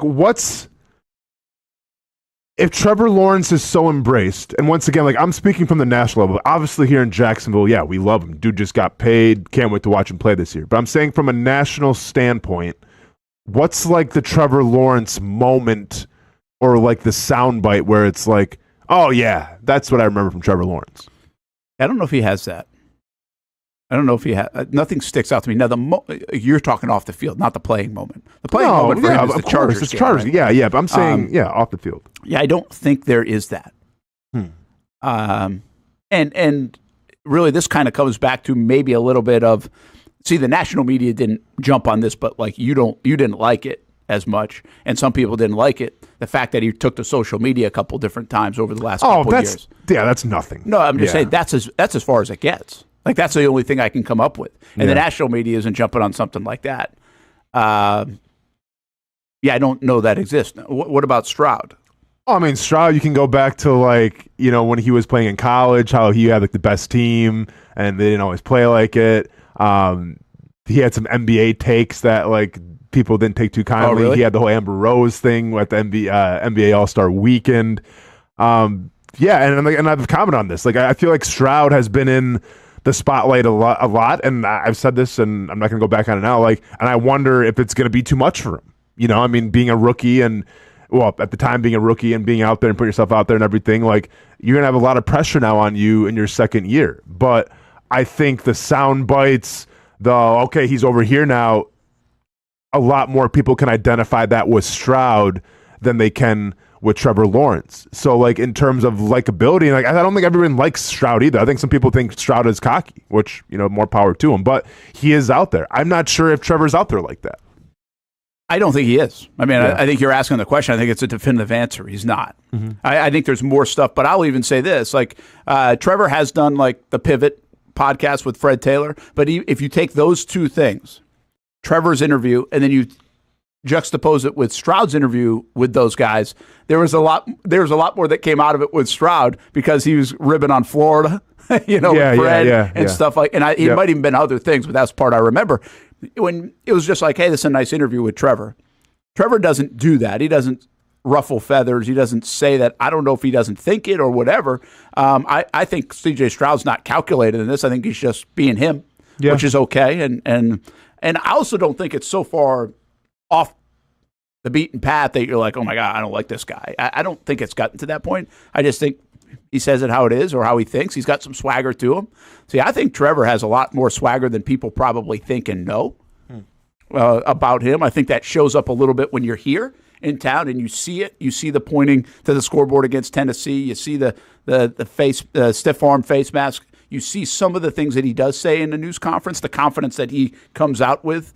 I think they're actually more alike than people probably would say, but I think the way they present it in front of a microphone is sometimes different. You think CJ and Trevor are? Yeah, in terms of their confidence and their swag level. Yeah, I mean things like that. Yeah, sure. They both have a swag level, but I think like they're different players outside of football. Like I think Trevor's a little more reserved, quiet, which is perfectly fine. I mean, a lot of the great quarterbacks are, and I think CJ Stroud is a little more. I mean, C.J. Stroud reminds me a lot of like Lamar Jackson, where like I don't want to say he's brash, but like he's not afraid to say what he feels. Yeah. I don't think Trevor necessarily does that.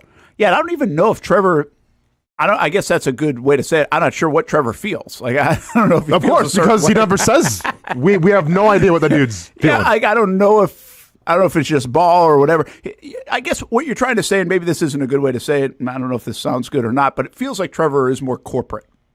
Yeah, I mean, right? The whole conversation that we started this with is just, in terms of everyone embracing C.J. Stroud and like him being like the talk of the town, and then like how does that compare to Trevor? I just think it's kind of night and day right now because once again, like we live in Jacksonville, so we know Trevor, but I don't know people in Seattle. I don't know people in California that are like rallying behind Trevor or like, oh yeah, this guy's like, I don't know, maybe they are, but I just think CJ Stroud's willing to put himself out there a little more, whether it's talking about basketball, MMA, like he's always in a soundbite, it seems like, whether it's cool or whether he's polarizing and try to maybe offend somebody, like he's always putting himself out there. I don't see Trevor Lawrence doing that. If you did like this approval rating, this likability test, this poll, I think they both come in about even.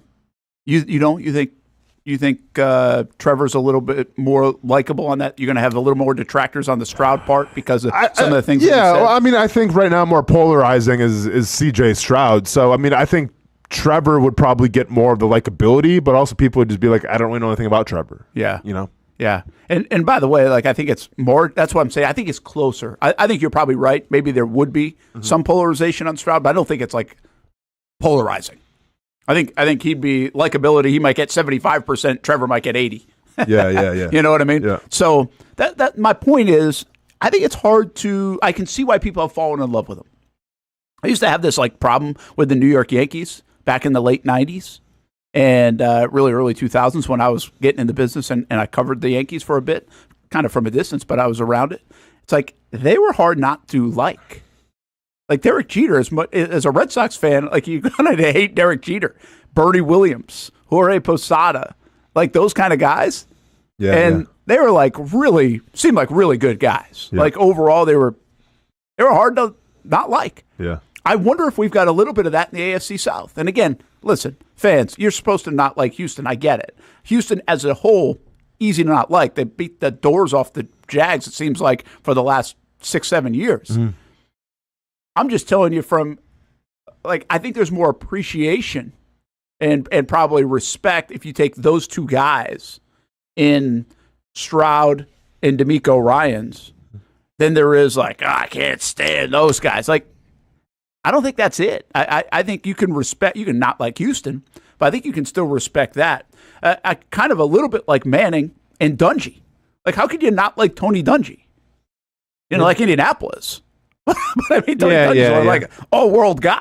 Mm-hmm. Hard to root against. I mean, not root. It's just hard not to like that guy, even if he's on the other sideline. Totally different with some characters in sports. Bill Belichick. That's an easy guy to be like, I hate that guy. Yeah. First of all, they're winning. But secondly, he looks like somebody that you could hate that guy. Yeah. No, I mean, like Tony Dungy, the coach. Yeah, I mean, it was hard to dislike that guy because he was just... he was kind of just like the clean-cut, all-American guy. Now, Tony Dungy, after coaching and the analyst, has gone through some things. Yeah. And he may not be as liked anymore for some of his comments and thoughts about certain things. But, no, the coach, though, I definitely agree with you. But, I mean, I'll give you another example of this. Jeff Fisher, Tennessee. Okay, so Jags fans, you hate Tennessee. You should. Should always hate Tennessee. But Jeff Fisher? Oh, yeah, you really hated that dude. Of course. Right? Yes. I mean, there was plenty of reason to hate. Yep. So that's kind of my point. It's a weird, I think it's an interesting one. And that's why I actually am enjoying this next phase of the AFC South. I think it's kind of cool. I think it's cool that you've got Doug Peterson, Trevor Lawrence, D'Amico Ryans, CJ Stroud.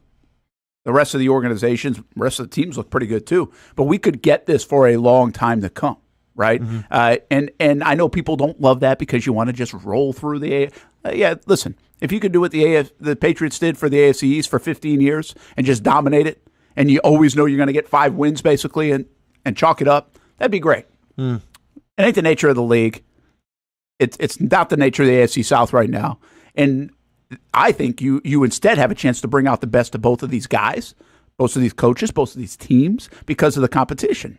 That you're going to have for years and years to come. I mean, this could be a decade-long race between these two guys, much like, we used to say about Brady and Manning or the Colts and the Patriots. Now, the whole league has a bunch of these. The AFC has a bunch of these, but I'm just talking in the AFC South. So I go from there and I pivot to this. Most people will pick the Houston Texans, and maybe rightfully so. They're the hottest thing going. They won last year. They surprised people. They even add players like Danielle Hunter and Stephon Diggs. The smart money would be if you're going to put one team in the division, and I don't like doing it, but I think the Houston Texans right now are the favorites, yeah. So knowing that, what do the Jags have that Houston doesn't? Or what do the Jags have that's better? than what Houston has. I mean, are we going the AFC South or just Houston? Just Houston. The experienced coach. Do you think that? Yeah, that makes a difference. Thanks for coming to my TED Talk. Yep. That was it, huh? 30 seconds. Not even. 10 seconds. What do the Jaguars have the Houston Texans don't? An experienced Super Bowl winning coach. Thanks, everybody. Thanks for stopping by. That's not enough. Well, what else do you think they got, Brent? Well, I think they still have an advantage in the pass rushing game. They got 27 sacks. In totality or at the edge? In totality. How many? I mean, didn't the Houston Texans have more sacks total? I don't know. I have to go look at the numbers. Yeah, I have to look at the numbers too. But I think with Josh, with Trayvon, with Armstead, with that, I think this thing is so deep in Jacksonville. And I think that they've done a pretty good job to be pretty deep in Houston too now. Now they lose Autry for the first 6 games. Mm-hmm. And Will Anderson Jr., we got to see where will he go. Got off to a good start. Where's his next step? I mean, where's Trayvon Walker? I mean, yeah, I think him and Trayvon Walker are comparable. Pretty comparable, yeah. Hunter and Allen, like, I'm not ready to say that. And listen, like, yes, I would take Trayvon Walker over Josh Allen over the Texans duo any day of the week. But I'm not saying that it's like night and day difference where it's a distinct advantage from the Jaguars to the Texans. Yeah, I don't think it's night and day. I don't think you're going to find a lot of night and day. I think DeMeco Ryans looks like he's a pretty good coach. You have an experienced coach in Doug, but I don't know how much better Doug is. I know he's more experienced, but I don't know how much better he is. I think the quarterbacks, a lot of people right now coming off last year are going to lean C.J. Stroud. I think the receiving core, I think you got to lean Houston, right? Offensive line, I don't know if you're going to lean either way. I think there's probably questions on both sides. Do the Jags have it better at running back? Like, are you taking the Jags backfield? I mean, yeah, ETN's better than Mixon, but then, I mean, do I take Dameon Pierce or do I take Tank Bigsby?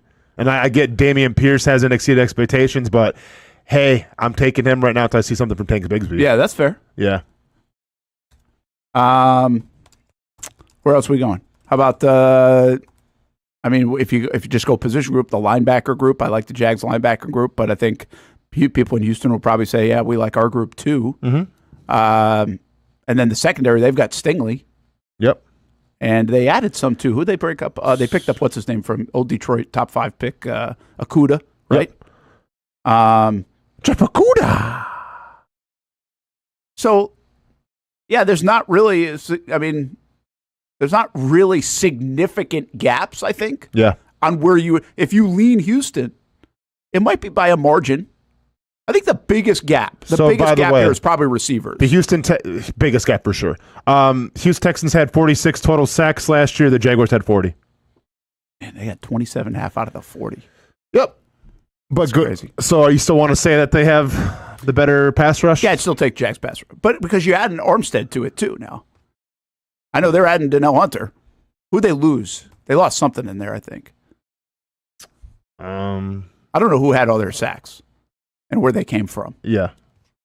I mean, I should. I just really feel like, and by the way, I think the Jags, this is what the Jags can boast. They can boast young pass rushers, and they can boast, in my opinion, they can boast a pretty deep defensive front. I like their front. I really think, I've been saying, I think you can put it up against the 2017 front from a depth standpoint. So that's how much I like it. Maybe I like it too much. That's fine. But I still like, and again, you got to give Houston credit, man. They tried to keep pace or maybe even make it better. Like I said, they had more sacks. But Anderson's going into his second year, so they drafted early there, much like Trayvon. And then they bring in Hunter, who obviously has been well proven. I think so much of the odds of Houston and how this thing shakes out is not, there's two elements for Houston. Is one, how do they handle the weight of being a front runner? Which is the coaching experience that I mentioned in 10 seconds. But the other part of this is, how do the old guys do? How do the old guys do? Hunter's getting up there. Okay. Stephon Diggs how does is Armstead getting up do? there. And Joe Mixon. How does Armstead do? Yeah, that's one old guy. Not big three. Old guy. Okay. So, but I think that's the key to Houston. I mean, regardless of Jags, I think that if I'm in Houston, I'm saying, how do we handle this? Sure. And how do those guys perform? Do they still have what we think they have left? But, I mean, you can say, too, Mitch Morris is up there in age a little bit that you brought in. Yeah. Again, I'm not comparing the Jags here. Oh, okay. You're On just doing this. your own thing. I got you. I'm just saying, what could derail Houston?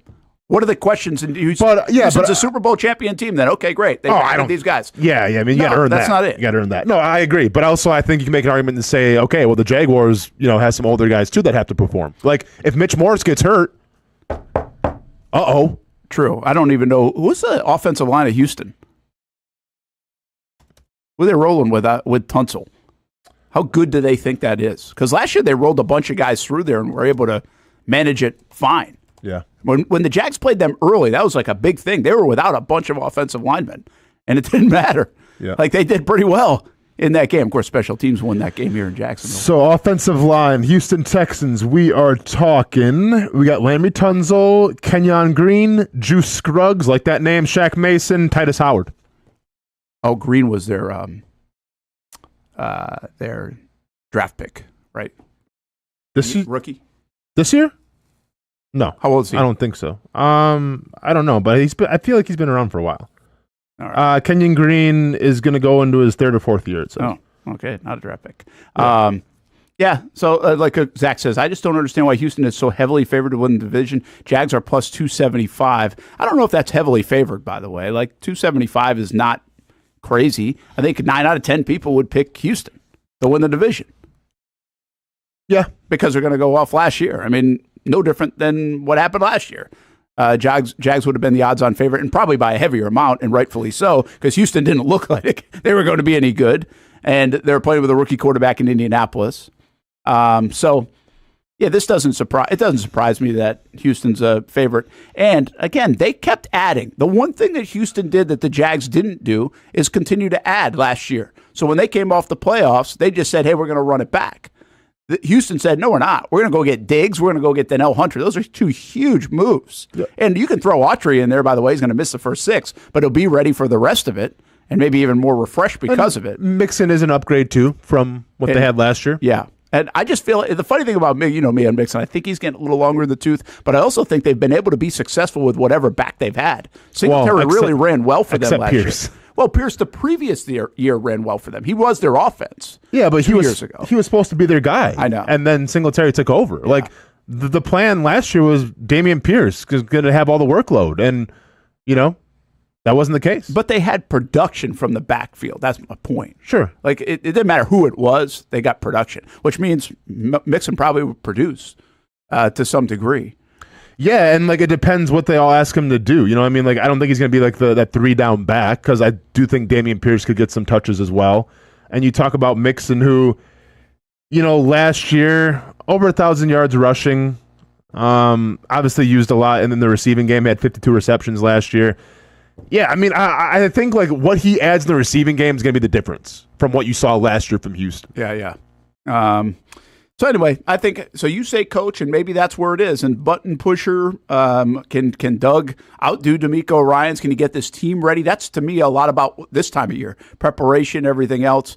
And then if you really look at this football team, both football teams, I think there's a lot of back and forth that you could have. I think you can have some debates about almost every position outside of receiver. The depth at receiver in Houston might be better than anybody else in the National Football League. So I think they have something.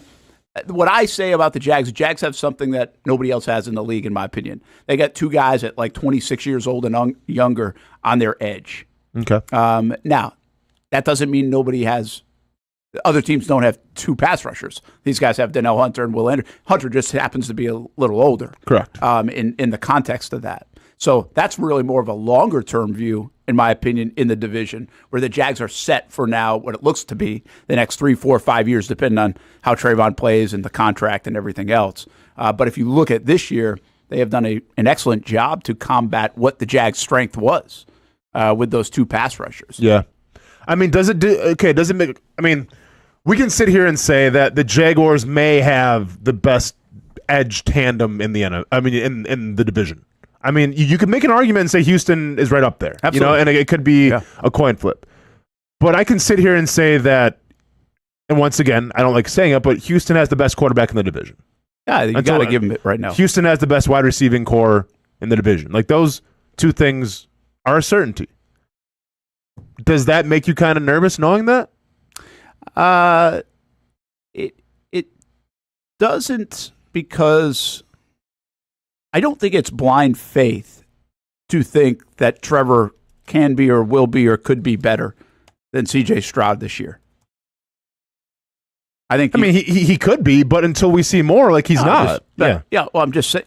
Well, you asked me if I was nervous. I'm not nervous because I like the guy that we got in Jacksonville. Gotcha. So I have faith in Trevor Lawrence that he can be as good, if not better, than Stroud. Again, that's why I like this whole kind of comparison. I think Stroud's good. I still think, to me, 1 year doesn't necessarily crown you anything. That doesn't mean I don't like Stroud. I just think Stroud's getting a lot of love right now that maybe we don't really know where he's going to settle in. He might settle in as Patrick Mahomes, but he might settle in and have like a little bit of a year that's not so great. I don't know. No, I agree. And like, listen, I wouldn't be surprised if Stroud falls off a little bit, and now we're talking like, oh, what a bust. Like we've seen that story before. I'd be surprised if we're talking what a bust. People are exaggerating. Yeah. I'm not really literally calling him a bust, but people would say like, oh, he cost me in fantasy football. This guy's a bust. Like things like that. But I think if you look around though, and I think it's a rarity in this league where, and once again, just based off of last year, you have the best quarterback in the division and you have the best wide receiving core by far in the division. I don't think really, I'm not sure if any other team can say that in football in their respective divisions. It's a good call. So that scares me. Yeah, it's a scary thing. Again, the receivers are one thing, but I would say this. I don't think the receivers are bad in Jacksonville. It's not like if you had Pittsburgh's, like you were saying, Pittsburgh or even Baltimore's receiving core in Jacksonville. I don't feel like that's what Jacksonville has. So the relative nature of, they can be really good, but I'll take what I've got is a willingness. It's kind of like if I feel like the Jags front is really good, the people in Houston right now are saying, yeah, but I'll take what I got. And I don't blame them. Like, that's a good place to be. The scary place to be is when you don't have that guy, right? Yeah. Like, if you don't have that quarterback that you could be like, yeah, but I got this guy. Ooh. Mm-hmm. Or I got these. Ooh. That's not the case in Jacksonville. I think, would you be surprised at all if the Jags offense scores more points than Houston? Would I be surprised? A little bit, yeah. I'd be surprised. But not a lot of it? I mean, a little bit. Like, the Jaguars offense, like, there's a lot of ways they can beat you. So, I don't think I would be necessarily, like, the biggest surprise because I think Houston can rely on their defense. I mean, no. I think it could be comparable. Yeah. And so that's what, I guess, my point. I think I'm not sitting here making the case that they are going to score more points, but I think you could be like, yeah, that's not too far-fetched. Yeah. And so that's a good feeling to have.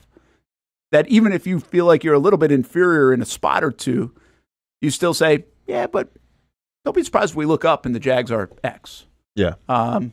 And again, they've revamped their defense very nice, and he's a defensive guy. And so if they've got their offense clicking, I still think one of the Slovic thing is the biggest thing that happened, is that he stayed. Mm-hmm. So they've got continuity there in Houston. Now the Jags have that too. Jags have some continuity, and they got to take advantage of it. Yeah, we'll see who's calling the plays with continuity. Yeah, true. Yeah. And that's another thing, right? They like their play caller way more than people around here like this play caller. That's fact. Yeah. Whether that should be or not, that's fact. And Duval TV says, 1-1. And listen, the 1-1, it was a stunner last year when Houston Houston was 0-2. Yeah. And the Jags, I mean, they were favored by I think they were favored by 10.5 points in that game. Yep. And that was a special teams debacle as much as it was Houston, beat the Jags like on offense. Now, there were a couple big plays in that game. I think it was a 3rd and 1 or 4th and 1. It was a huge play down the field for a touchdown that kind of put it away. They kept answering. That's what I was so impressed with in that Houston game, because you felt like the Jags got momentum and they were going to go kind of come back in that game because they were the better team. And then all of a sudden, Houston kept answering. And then, of course, the big guy touchdown on the return really changed it. But, the one that we saw in Houston, that game in Houston was a little bit more the way we think this series is going to play out. Yeah. Where it was basically a crossbar kick away from going to overtime. Mm-hmm. And that's what we're probably going to get for the next however many years, which is anxiety-riddled, but also exciting for Jags fans. Can't wait. Let's take a break. Time out here on the Brent Austen Show. The AFC South comes into shape, and I do think it's those two teams. Everybody else is catching up.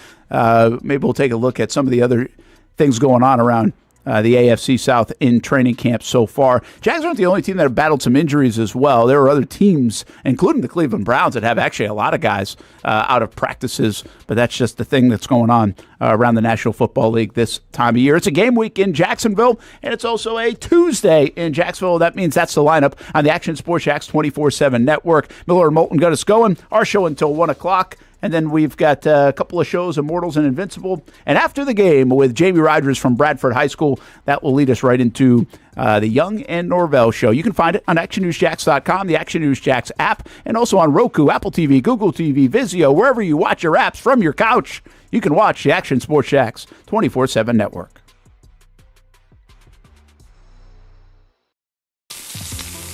In Northeast Florida, we love hanging out on the back patio, maybe grilling out lunch or dinner with the family, enjoying the good weather, or maybe enjoying the big game on the TV.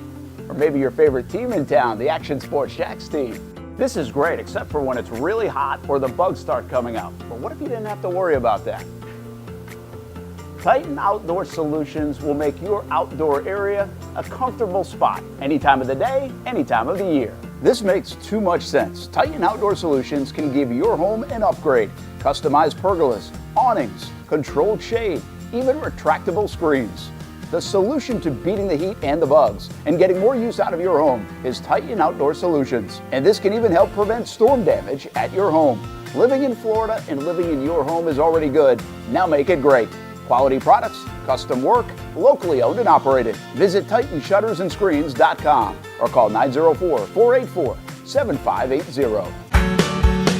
People helping people is at the core of what Alive Credit Union is all about, and it's been that way for over 70 years. From 1954 to 2024, the mission remains to inspire financial wellness and give you a financially fit lifestyle. Alive Credit Union and its employees are committed to not only serving their valued members, but also our community here in Northeast Florida. That commitment includes a partnership with the Action Sports Jacks 24/7 team as the presenting sponsor of all Armada men's and women's broadcasts this summer.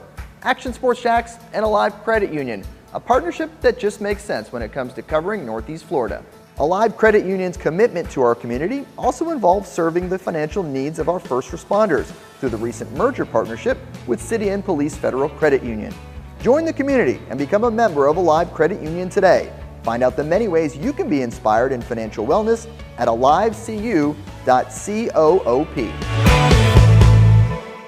I've been telling you about CGC Water Treatment and Plumbing for a long time now. Their drinking water systems remove up to 99% of contaminants. We've had a Connecticut water softener and drinking water system in our home for more than 7 years. You can see the difference whether you're washing clothes, the dishes, or what I like to do most, fill this up for some coffee every morning, and mostly all day. Remember, if you're not filtering your water, you are the filter. Don't be the filter. Right now, you can save $1,000 or more when you bundle the Connecticut Premier Softener with a Connecticut K5 drinking water system. The experts at CGC Water Treatment and Plumbing will test your water for free and determine your water score. Don't know your water score? CGC will find out and recommend the appropriate Connecticut water treatment solutions so you can improve it. Call 904-552-1242 or visit cgcwater.com. Financing options available with approved credit. CGC Water Treatment and Plumbing, an authorized independent Connecticut dealer. Florida license number CFC 1432579. Baker Sports is local sports. Uniforms from Pop Warner and Little League to travel ball, high school, and college. They make you look good. They help you play good. Baker Sports has been helping families make memories that will last a lifetime with their Baker's Buckets. We've got a lot of these filled with baseballs and softballs in the garage. I've been throwing batting practice to Ty and Kaylee for years and also sit on the Baker's Bucket, catching Kaylee while she practices or pitching.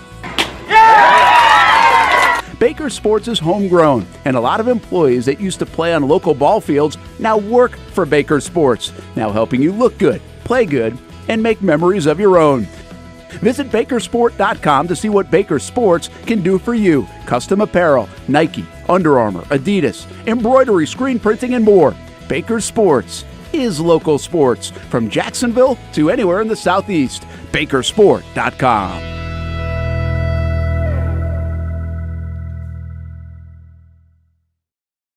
Everyone loves a good game night. Here you don't have to be the host. You don't have to clean up. They bring the food and drinks to you, and you can watch whatever you want on the big screens. It's more than a card room. It's a night full of fun with friends. Best Bet Jacksonville, Orange Park, and now the newest location here in St. Augustine, right off 95 at exit 311. A brand new clean room, a full bar and menu, my favorite sushi in town. And I love the fries too. You don't have to just play poker at Best Bet. That's why I come over here to the table games and play one-card poker. That's a pretty good card and a win. One-card poker is like war as a kid, you against the dealer. And this isn't the only fun table game to play. A friendly staff, a lot of fun. It's a good night out at Best Bet Jacksonville, Orange Park, and the newest location in St. Augustine. You can be a serious player or a novice. It doesn't matter. If winning equals fun, you're a winner every time at Best Bet. I'll save you a seat, and I'll see you down here at Best Bet St. Augustine. Welcome back to the Brent and Austen Show, streaming on the Action Sports Jax 24/7 network. Here you go. Hello. Here's Terry McLaurin on a photo shoot at Media Day. Scary Terry, don't do it! Oh, no, scary. Hey. It's funny because he didn't get hurt. Yeah, exactly. That's why we're laughing right now, or else it would have been a little more of a serious thing. I mean, dude. Also, media, like I get we're trying to get the shot, but let's tell them to do this outside and not on a carpet. Let's slick, on concrete. Asking for all the problems here. It reminds you of Gus Frerotte. Gus Frerotte. No, it wasn't a backflip, but remember when he celebrated and head into the wall? Oh, head butted the thing. Yeah. He played for Washington at the time. Gotcha. Yep. It's like, come on, Redskins, Commanders. Yeah. What are we doing? What are we doing here? They're an interesting. Are they going to turn the Commanders? Washington's been like a laughing stock. I mean, they went to the playoffs a couple years ago. I know. They won the division. They've been a disaster. Okay. They won it at 8-8, didn't Taylor they? Heinicke, man. I can't remember what the record was. I just remember they've been a disaster. Oh, yeah, okay. They got new ownership. Sure. Yes. Dan Quinn goes in. Mm-hmm. They got a new quarterback. Mm-hmm. And by the way, I think this stuff's good. I don't like. I have I know a lot of teams love to see, or a lot of people and fans love to see other teams just stink it up. I'm not one of those. When you've been bad for so long, that's like a very proud organization. Yep. And they've been bad. Now, they weren't easy to root for because of who was their owner and everything else, but it'd be nice to see them turn a little bit. I've said this about Cleveland in the past or Buffalo in the past, obviously Jacksonville. Mm-hmm. You want to, for the fans, you can only lose for so long, it feels like. Mm-hmm. And it does feel like to me they are turning it. They are stabilizing it. They are now like a product or whatever that if you're a Commanders fan, you can be proud of and rally around. Mm-hmm. Now the question is, how good is Jaden Daniels? Yeah. Moved up to number 1 on the depth chart, but I don't know what that means. Correct. He's interesting because if he follows suit, which a lot of the LSU guys have seemingly followed. If you look at receivers, there's a trend. Yep. Most of them play pretty well. Yep. If he follows the Joe Burrow formula, where you basically have this lights-out year and then go to the NFL and are good, maybe that's it. And by the way, it's not just that. I mean, Mac Jones proved to be that in his rookie year with the New England Patriots, coming off a good year at Alabama. It was just a one-year performance. I wonder if Jaden Daniels is good. Yeah, really good. Yeah, that's going to be the question. Obviously, he had the flash in the pan last year and all the accolades that came with that. I mean, I do think that he's going to play in an offense that is going to suit him. He does have weapons. And I always say this year in, year out. And fantasy numbers aside, Terry McLaurin is a great wide receiver. And it almost seems like he gets the DeAndre Hopkins effect a little bit when DeAndre was in Houston and it was just like they were rotating through quarterbacks. It doesn't matter who the quarterback is. Terry McLaurin's going to get his numbers. He's going to post up his stats and everything. And Jahan Dotson's a guy who they had super high hopes for. Speedster, I think he was out of Baylor if I'm not mistaken, but speedster who hasn't really reached that echelon yet of being where they drafted him. So he has something to prove still. And then who else they got? They got the I'm not going to try to pronounce the name, but the guy, it starts with Z, Zacharias or whatever, in the slot. So not necessarily like the most proven wide receiving core outside of Terry McLaurin. Maybe Brandon Aiyuk can find his way there. Yeah, but interesting. You also have a pretty good offensive line, and you have a pretty solid run game. Brian Robinson Jr., dude takes bullets and comes back a couple weeks later and does his thing. So, and Austin Eckler, keep in mind too, that's one of the sleepers of, oh yeah, I forgot about him. He's one of the ultimate, that's right, that's where he went. So you have Eckler now and Robinson Jr., a pretty suitable offense. And once again, if Daniels can use his legs and his arm, you might have something there. Yeah, Dotson, by the way, Penn State guy. I thought he was Penn State guy. Just okay. for you college folks that will probably correct I don't know where I got Baylor from. That's all right. They brought in Zach Ertz, so they've got some veteran stuff with Eckler and Ertz coming in, and then they've got obviously McLaurin, who's their star. And I think you're right. Dotson actually had a good game, I think, against the Jags a couple of years ago. Luke McCaffrey's on that squad. So yeah, I wonder if they're a breakout kind of potential team. Gosh, they got Bobby Wagner and Dante Fowler Jr. Because see, what they're doing is he's got that Dan Quinn defense. He's gathering some of the guys that have played in it. Right? Yeah. Wagner from Seattle, obviously. Fowler played now a few years under Quinn in Dallas. They got Cleveland Farrell, who knows, but Payne and Allen are as good as they get in the interior on defense. So, yeah, they do not have a bad team. Are they your breakout team of the year? Winning 4 games last year?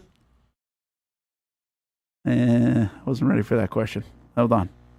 Let me answer this. Breakout team of the year candidate. A lot of people could say Indianapolis here, right? If Richardson plays well. Yeah, but are they breaking out Indianapolis? What were they last year? 9-8 last year. Did they get? Oh, they got 9 under Minshew. What am I thinking? Yeah. Let's see. Who else could be here? Denver. You could say the the Raiders, Giants and finally believe in your boy, Daniel Jones. Chicago could be that team, right? Could be. Yeah, I think they're a good candidate. Brent's breakout team of the year. Yeah, Washington I think they're a good candidate. Commanders. I think that's a very good pick because they do have parts. And Quinn has been proven to be able to coach. I don't like his last performance as a defensive coordinator. Mm-hmm. So this is a guy that got Atlanta to the Super Bowl. So quietly, he can be a very good leader there. I don't think people are talking about around the National Football League maybe as much as they could or should be. But I think the key here is what I just put out there on social media is, what if Jaden Daniels is this year's C.J. Stroud? What if he's that guy? Because C.J. Stroud, you got to remember coming into the year last year, nobody was talking like this. We forget about it. We were like, oh, yeah. No. I mean, it was Bryce Young. It was Anthony Richardson who had climbed. But it was not C.J. Stroud's going to go be this great guy. There were plenty of questions about Stroud. Correct. And the IQ being a big one. Yeah. And he proved those people wrong. And so I think you can make the case that Daniels could be that guy. I mean, there's some pedigree here out of LSU. He's in a good situation with some weapons. If they do add Aiyuk now, that'll add a whole different level. But I don't think they're bad on offense. And they're not bad on defense. So, yeah, that's actually a good call. They could be a breakout. Probably 3 or 4 teams have that opportunity. I think most people are saying Chicago. I'm saying the Falcons. What did they do last year? Finished 3rd in the division. Was it 7-10? I think 7-10. Yeah. So they could be. Yeah, and that's not a bad one. Yeah. They could really flip it. Oh yeah. You hear that, Hamby? I'm trusting in Kirk Cousins. Hopefully you're listening. Chicago's a sexy pick here. Would they win 4 or 5 games last year? Yeah, but can they compete with Detroit and Green Bay? Most people. I mean, you might be able to argue they have more weaponry than any of them. Well, not Detroit, probably. Come on, man. Yeah, I mean Green Bay for sure, but we haven't seen Caleb Williams yet. I get it. Yeah, but I mean, to me, breakout means all right, you have a chance to win the division, go to the playoffs. I mean, if Caleb Williams is as good as everybody thinks he is, with what they have around him, why couldn't they win games and go to the playoffs? Because I think Green Bay and Detroit are much better. Yeah, I don't know. Okay. I don't know. Sounds like we got some bets coming up. Yeah. And listen, I'm not this huge, I just think it's hard to ignore what they have on offense.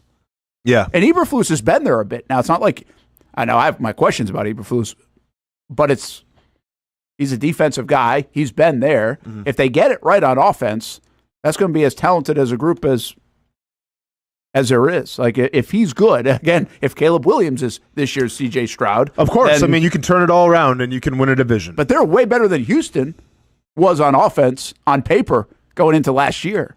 Definitely. But also, I think Houston had the luxury a little bit of playing a division where the Jaguars just snowballed out of control and couldn't win. They did get a break. The Colts lost their starting quarterback, and the Titans were tightening all over the place. Duval TV, who's got a couple of topics that are interesting on the Jags, but says Steelers could be good with Fields. They are hard to be a breakout team because they're always like right there and good. Yes. But I get what you're saying. I mean, breakout could be, okay, they go from one of a team that, they're going to muddy around and be in the playoffs and they're in the mix because they're the Steelers, to they might be one of the top teams in the AFC. If Fields or Wilson play really well, they could do that. Do you think Caleb Williams will be the breakout? We're on the breakout topics now, but you think Caleb Williams will be the best quarterback this season? Like, I'm not saying in his career-wise. I'm saying next year, Caleb Williams, Jane Daniels, Drake May. I mean, Penix Jr., sorry you're not playing. J.J. McCarthy or Bo Nix? Great question, man. The only kind of questions I ask, Brent. The great ones. Yeah, people are raving about J.J. McCarthy up in Minnesota right now. Daniels, I think, is walk around barefoot on the field, grounding himself. Grounding. Who are the other? Knicks, I don't think so. Ooh, come on, Brent. I don't. Come on, gonna get that Sean Payton bump? Okay. With zero weapons. Penix obviously doesn't count here. Yeah. And Drake May, I just don't think they're good. I think that's going to be a tough situation for a young quarterback. I'm not even sure he plays, really. I think out of all those guys that you mentioned, who would I buy right now I guess C.J. Stroud's a good comp. Like, who's going to be that guy?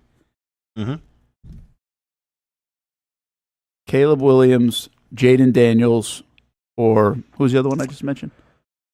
I mean, Caleb Williams, Jane Daniels. You said J.J. McCarthy. Oh, McCarthy. You weren't buying into Bo Nix. I don't think McCarthy. So, okay, pretty good offense. I think you got to go with Williams, but that's what I'm trying to do here. I'm trying to sneaky say I'll take the odds and I'll get the value pick in Daniels. I think it could be good. Taking Jane Daniels. Okay. Yeah. Okay. Caleb Williams too easy here. I don't like going easy. Too obvious? Yeah. I feel you. I mean, that is the obvious selection. I think McCarthy could be the dark horse, though, too. I mean, if he even starts, they have Sam Darnold. Yeah. So then he might not even be starting. Yeah. But. Duval TV says Caleb Williams has every weapon to succeed. And, you say, could you imagine Trevor with all that? I don't know. Like, I think it could be good, but I also had to deal with Urban at that point. Like, I don't know what could have been good in that first year. And, like, the Jags weren't awful around Trevor. They weren't awful that year around him. I mean, Duval TV, I said it many times on this show, you look at the rookie quarterbacks, you look at the younger quarterbacks in the NFL, and the ones that have a true number one receiver end up doing pretty well. Now, Christian Kirk eventually, when they got him, became that guy, but you didn't start out with him. Yeah, that's true. Yeah, there were a lot of unknowns going into even 22 with Trevor Lawrence. Did you see the Pitbull naming rights? You told me about this. On FIU Stadium. Yeah. $1.2 million. So it's called Pitbull Stadium? Or I think Pitbull is paying them to name the stadium Pitbull Stadium. Yeah. I mean, that's pretty cool. It actually is kind of cool. It's a cool flex. Now, is it called Pitbull Stadium or will it be Mr. Worldwide Dale Stadium? Pitbull Stadium. Ah, come on. Mr. Worldwide Dale Stadium's a lot better than Pitbull Stadium. Part of this is, I guess, that he gets the chance to have like musical acts pregame, postgame, halftime. Like that be a party. Under his umbrella. Yeah. I think I saw something else where he can come up with his own anthem for FIU. $1.2 million. I was like, that's a cool flex. Like, what's the amount of money you have to say, I'm going to go put $1.2 million a year on a stadium with my name on it? Because a lot of people like put their names on buildings or batting cages or facilities, Maybe we get into this. More people put their name on stadiums. I'm going to win the lottery and I'm going to put my name at Everbank. Brent Austen presents Everbank? Maybe like a little co-team thing? We were wondering for a long time when the new stadium renovation, like what was it going to be called? And so, like, Do we know what the new one's going to be called? I don't know where Everbank is on their contract. Okay. So I'm not sure. And that will probably get re-upped, right, when the new one opens. Is it It's going to look a lot different. Is it Everbank Stadium or Field? Stadium? Was it always Used to be Stadium? Field. What's that? I think it used to be Field. Yeah, that's what I thought too. So It changed to stadium. what do we? last year. Why? What's going on? It's been Stadium now a little bit, I think. Just Stadium sounds Yeah. better. Market research. I think it was TIAA Bank Field. Correct. And then it was Everbank Field, and then Everbank, Everbank Stadium. Stadium. I know before that was Altel.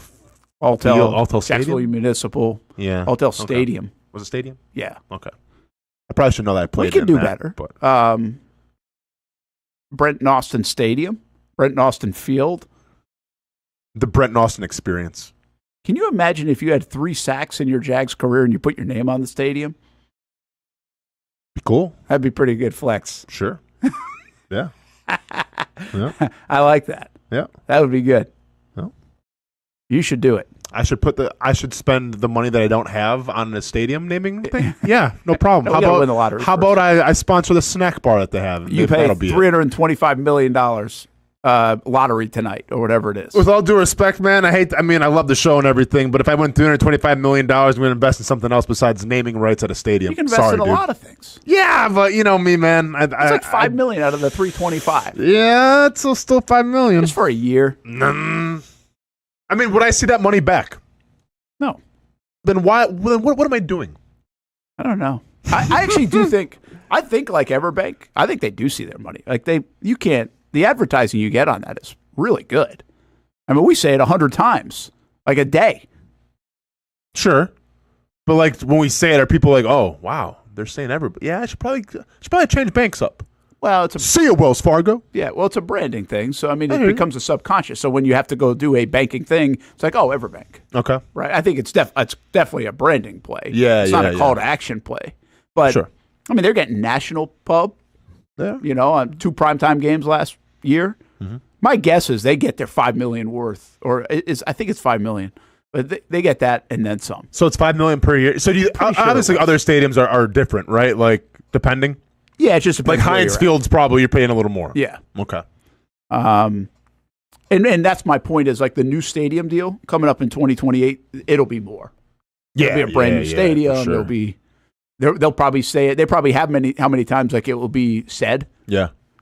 because of the new deal and everybody talking about it around the country.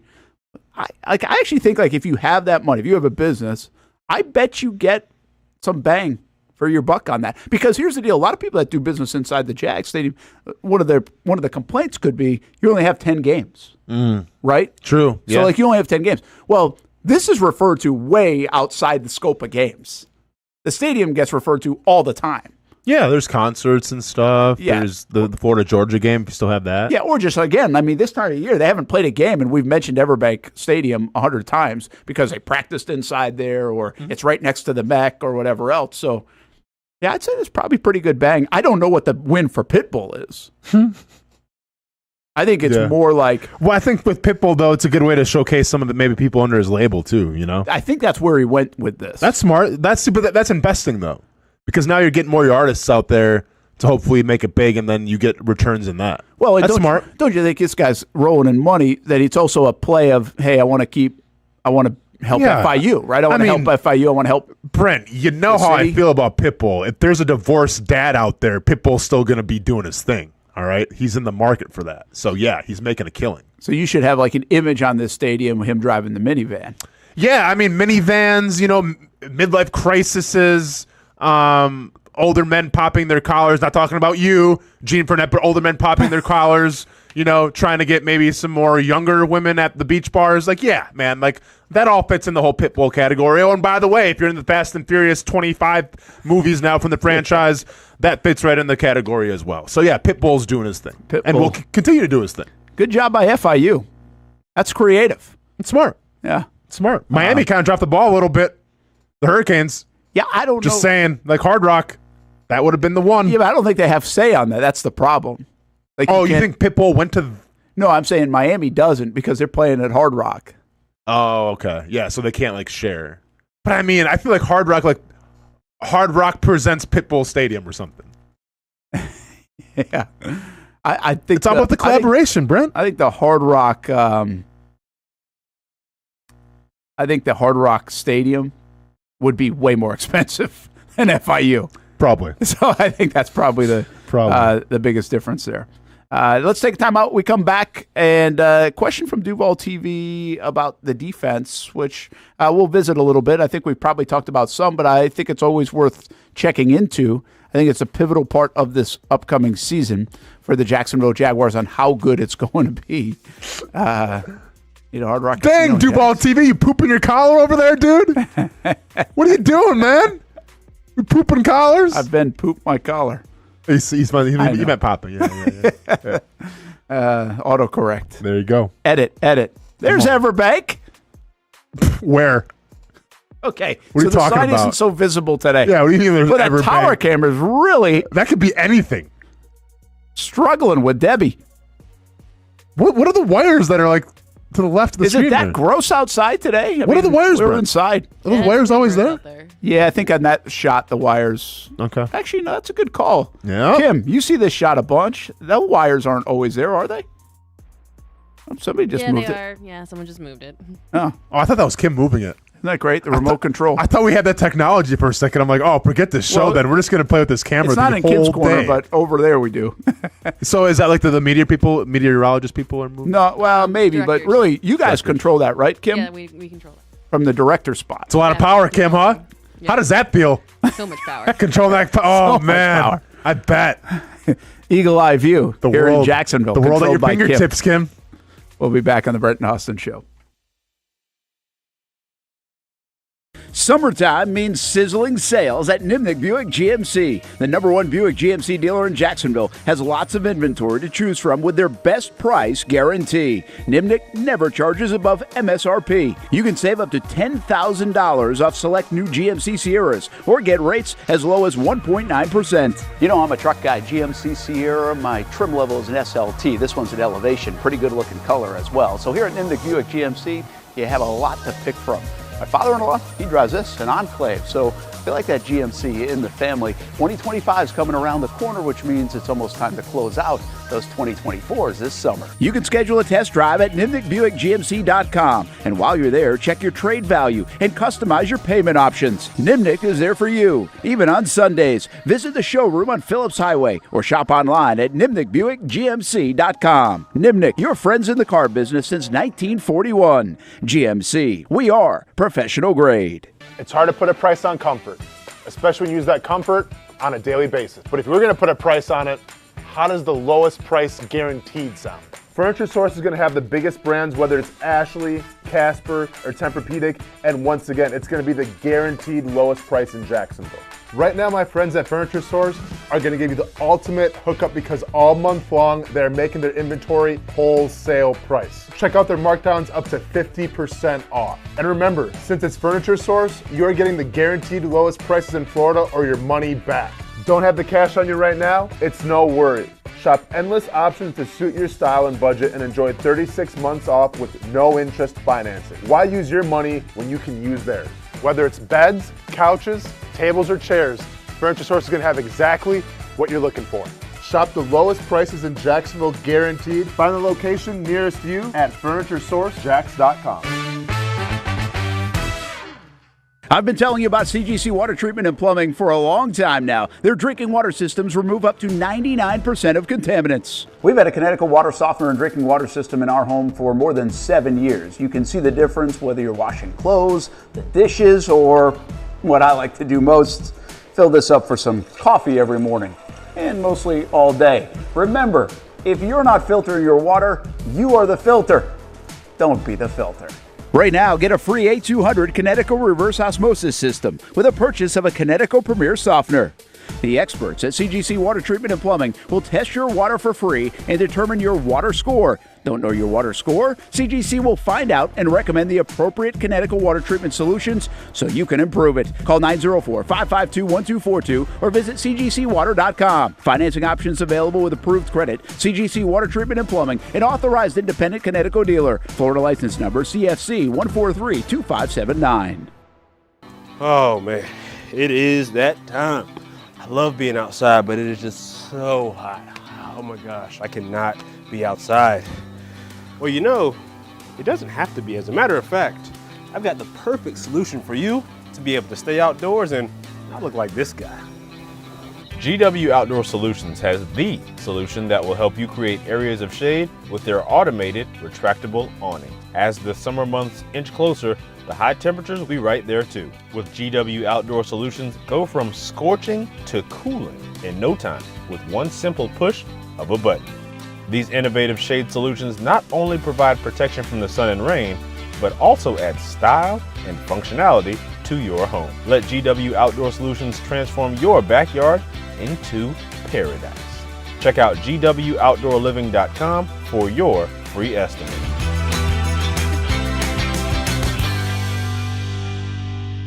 New to town or always been in town? Everyone is always looking for a good pizza place. Our place is Donato's Pizza. We love it and still do love it. When I tell my family I'm coming to Donato's, they say, wait a minute, you got to order some for us. So this is not all for me. Let me tell you what the Martineaus get when we put an order in. Well, pepperoni pizza, we usually get more than one of these. And then there's the works, a little bit of everything. And then this is the pizza that can be polarizing for some out there. I don't know why. Hawaiian pizza, some love it, some don't. At Donato's, you're gonna love it, especially with that cinnamon sprinkled on top. Try the pizza my family likes or try your favorite. Right now, you can use the code Brent20 and get 20% off your order. Every viewer and listener is important to us, and at Donato's Pizza, every piece is important. From fresh ingredients to the dedicated team members and you, the valued customer. Donato's Pizza, where every piece comes together for a winning combination. Jack's Beach and Mandarin locations, Donato's Pizza, every piece is important.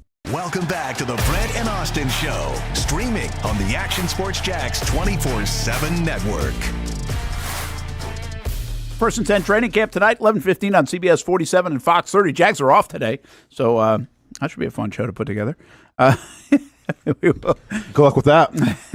Maybe a lot of things that we're talking about today. You usually make an appearance on that show. Oh, yeah? Yeah. Nice. TV, 11:15, CBS 47, Fox 30. All your friends will be watching. Okay. Let's do it. And last night you were talking about Doug Peterson and Andy Reid when you made your appearance. You called them both geniuses. I call them geniuses? X's and O's geniuses. They are. There we go. Tell me I'm wrong. I agree. Mm-hmm. I don't know people there yet on Doug as a genius. Won a Super Bowl against the Patriots, Brent, with a backup quarterback in Nick Foles. I just make sure we're not. Genius. No? He beat the genius. That makes you a genius. You don't think he's a genius yet? I wonder, like, that sounds a little like that's the whole Doug thing, really. It's like, does he have to do more? Like, is there enough? Is even that enough? Which you'd think it could be enough. We were ready to crown like Sean McVay that before he even won a Super Bowl. But you could have crowned him though, because it seems like he's to that point now.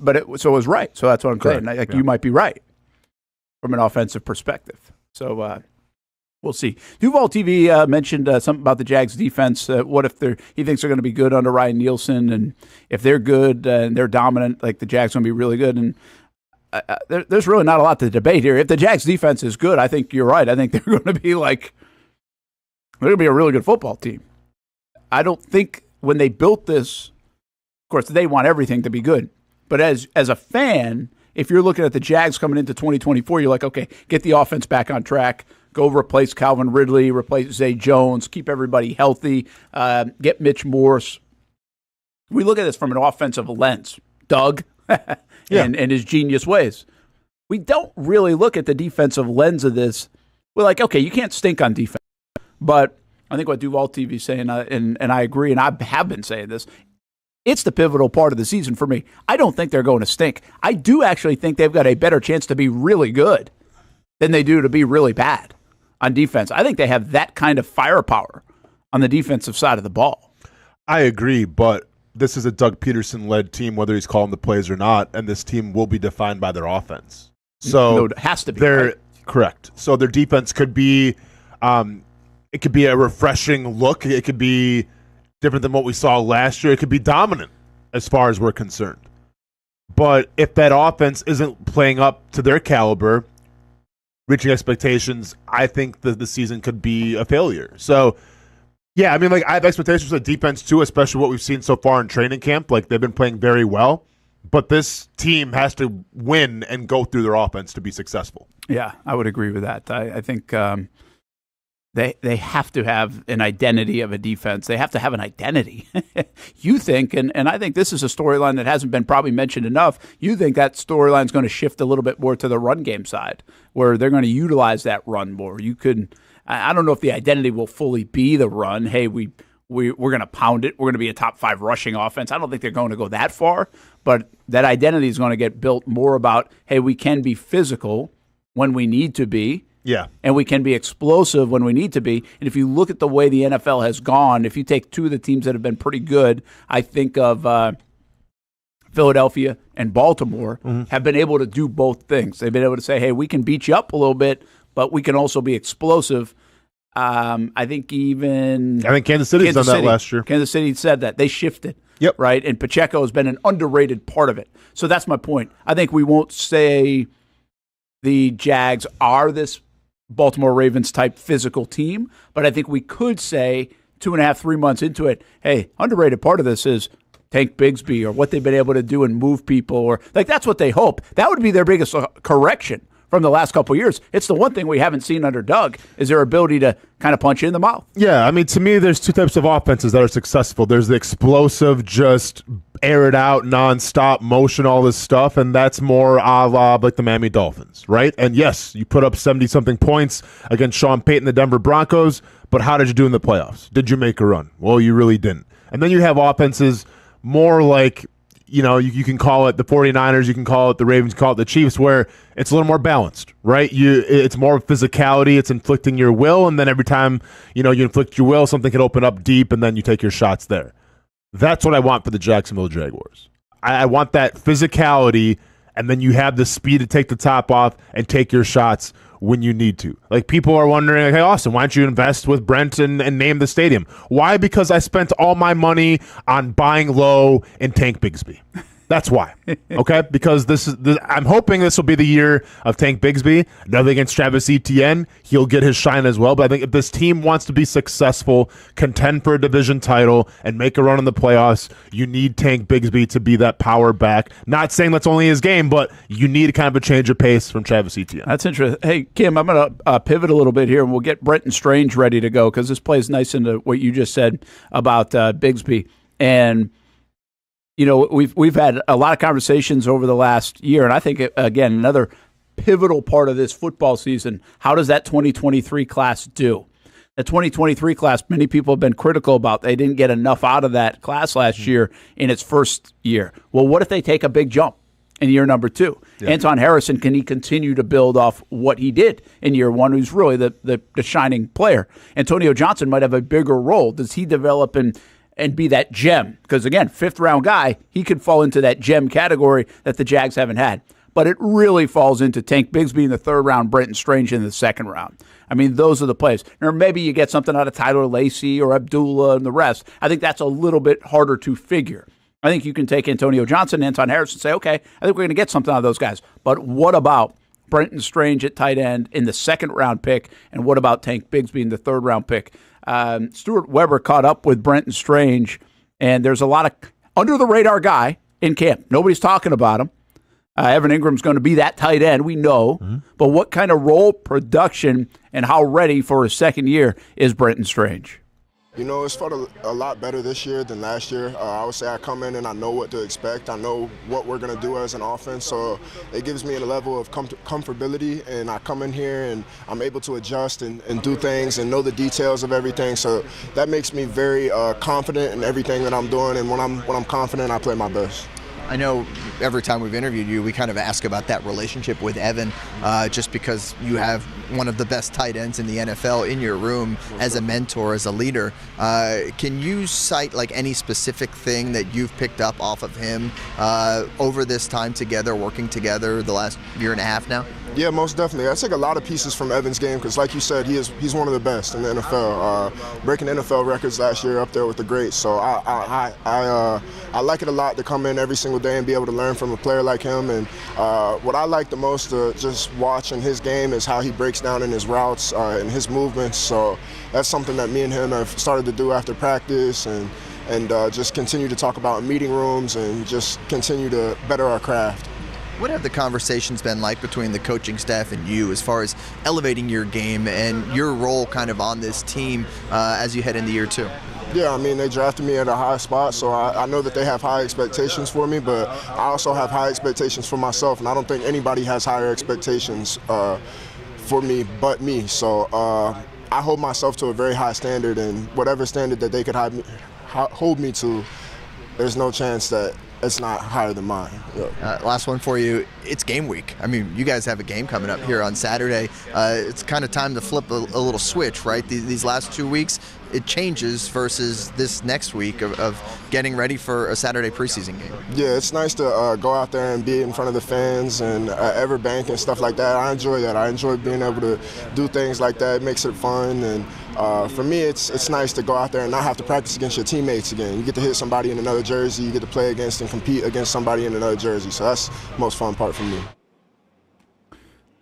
Well, that's Stuart Weber's conversation with Brenton Strange, and I don't know. I don't know what it will take for him to have a productive season. Yeah. Ingram takes so much of the targets, and you want him doing that. He's been so good. I do think they have to get something out of Brenton Strange. I just said this. I just shared this on social media. I mean, the key in many respects of this season, when you look at this team, is okay, what are the unknowns and how do they do? Well, the unknowns on offense are Tank Bigsby and Brenton Strange. The unknowns might be a little bit the offensive line, too. So how do they do? But, like, you think you know what you have in Trevor and Travis Etienne and Ingram and Kirk and even Gabe Davis throughout his career. You have a sample size. Maybe it gets better. And then Brian Thomas Jr., I think he factors in here, too, as an unknown. But, man, Brenton Strange and Bigsby, and you keep talking about Bigsby, and you're right, they could play such a pivotal role. What I don't necessarily know is when you play a pivotal role, it doesn't equate all the time to your fantasy football team's numbers. Yeah. Strange is not going to catch 45 passes. Yeah. But can the passes he does catch, are they big? Right? Are they super productive? Yeah. Are they first downs? Are they touchdowns? Are they red zone plays? And then Bigsby, are they 3rd and 1? Runs for 3 yards. Like, those are big runs. So are we going to really have to investigate and look deeper into these two players to see their productivity instead of being what I think you could be is very lazy on this front when it comes to that draft class and these two players? I'm telling you right now, you don't want Tank Bigsby to have 1,000 yards. That means ETN got hurt or something like that, right? Yeah, but then I'm getting some pretty good investment back in my stocks, my cash in. But yeah, but that's not the plan. No, of course not. Right? No. So we're going to look at Tank Bigsby, and we're going to have this conversation after this season, and we're going to say, okay, he's got like 600 career yards and 6 touchdowns. All right, well, it's deeper than that. Yeah, I mean, for sure with Bigsby. If we're talking about what I want from Brenton Strange, and keep in mind, like, he has to produce something because of where you drafted him. Now, you know, what is that going to look like? Like, this is all I ask going into, you know, year number 2 now for Brenton Strange. When they go 2 tight end sets, because they will, I don't want the narrative to be, all right, well, Strange is getting the ball, so either it's going to be like, you know, it could be a pass to Ingram, keep in mind on him, or they're probably going to run the football out of 12 formation, you know, or whatever the case may be. So I don't want to have those conversations. I want to have the conversation when you go 12 personnel, when you have 2 tight ends and a running back in the backfield, that Brenton Strange could be a risk to make a reception, to make a big play that defenses have to respect. I don't think defenses really respected Brenton Strange last year when he was playing. That, to me, has to be the difference. You know, like when you had Zach Ertz and Dallas Goedert in Philly, that was a combination. We've talked about before a little bit, you know, the New England Patriots, set aside from all the off-the-field stuff. When you had Aaron Hernandez, you had Rob Gronkowski, that was a formidable duo. That it was unique, and defenses had a hard time stopping that. I'm not saying you got to be the reincarnation of that, but I'm saying if you're Brenton Strange, defenses have to respect you, and right now they don't. Yeah, I sense that, and I wonder, there's some talk about like Laporta. By the way, Laporta was picked 34th in the draft. Where was Strange picked? 61st. Okay. I mean, I'm just saying he was a first. That's- Like the way they're that's talking. comparable, though, at tight ends. Like, Okay, but totally. First of all, it's not like the Jags could have got Laporta. Number one, and number two, it's not Strange's fault if he was overdrafted in that sense. I mean, they obviously had a vision for Laporta. You're not going to put Strange in that role in the Jags offense. I mean, Ingram's the guy. They didn't have that. dude, they had Hawkinson. Well, they moved him. I know because They created Laporta was so good. Like, listen, when Laporta was drafted, nobody imagined that he would be leading the NFL in receptions or touchdowns or whatever it was. Like, nobody imagined that, and I don't think they even imagined that he'd be outplaying Hawkinson. And then they trade Hawkinson because, well, they saw potential. And I'll be honest, I was the first one to say, why are you trading Hawkinson to an interdivisional rival? What a stupid idea. Like, let's let Sam Laporta get acclimated a little more before we crown him the next Travis Kelce. Well, they were right and I was wrong because Sam Laporta was that dude. Now, I don't think they expect him to be that dude off the get-go, just like I don't think they expected Brenton Strange to be that guy. But when you take a guy where you take him, like Brenton Strange, you got to produce. I feel like, but did Hawkinson get traded before Laporta was there? Hawkinson got traded during the season to the Minnesota Vikings. He did in Correct. 22. So he was gone when Laporta. Yeah, Laporta was drafted after Hawkinson left. Like they created the room for him. So he got traded in 22 at the deadline.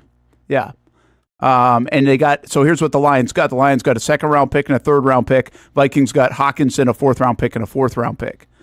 Oh, that's correct. I could have swore Hawkinson and Laporta were in the locker room together, but I guess I was wrong. But so my point is, like, again, this is where this production stuff comes in. We can't compare. It's not, in my opinion, it's not fair to compare Brent Strange to Sam TJ Laporta. Hawkinson was traded 2023. Last year. Mine says 22. Where are you on? I don't know.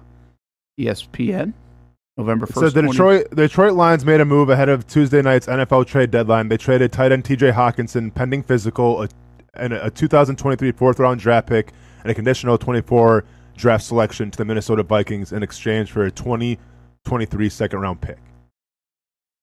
Yeah, so they traded him for 23 picks, which means But they traded they him traded him last year. Hawkinson. No? No. Okay. November 1st, 2022. Okay. Gotcha. So 2 years ago. Okay. Because and then they actually collected another that second round pick, which they used on maybe Campbell. Okay. At number 55, Detroit did. Okay. But my point, it's two different scenarios, I guess, is what I'm saying. I mean, Laporta has an avenue and a path to go catch, and I'm not trying to compare Strange to Laporta. Don't get me wrong. I'm just saying I think it's hard to compare even their roles or production. This is what I'm getting at. Like you're going to look up in a couple of years, and Sam Laporta is going to have whatever, and good for him. He's a very good player. It was a great find by Detroit. But my thing, Strange didn't even have a chance to get those numbers because of Evan Ingram. And that's not a bad thing for the Jags. It's a bad thing for, I think, Strange in the sense of, okay, it's really going to be hard to get numbers. But if he's really that good, can't you find a way to use him? Well, see, this is where I want to go with it. I think it's a Doug problem. This is up to Doug. Doug's got to figure out a way to use him. But I mean, I feel like if he was good enough, he would have used him. Doug didn't. Didn't you think a couple years ago when Dan Arnold was a mismatch for people when he came over from Carolina and he had 9 catches? He hasn't used anybody here in Jacksonville. Yeah, but I mean, I'm not calling Dan Arnold like. I know he's fine. not a two-way guy. He's not a two-way guy, he's but fine. Well, he was okay. Where's he now? I don't even know. Probably nowhere.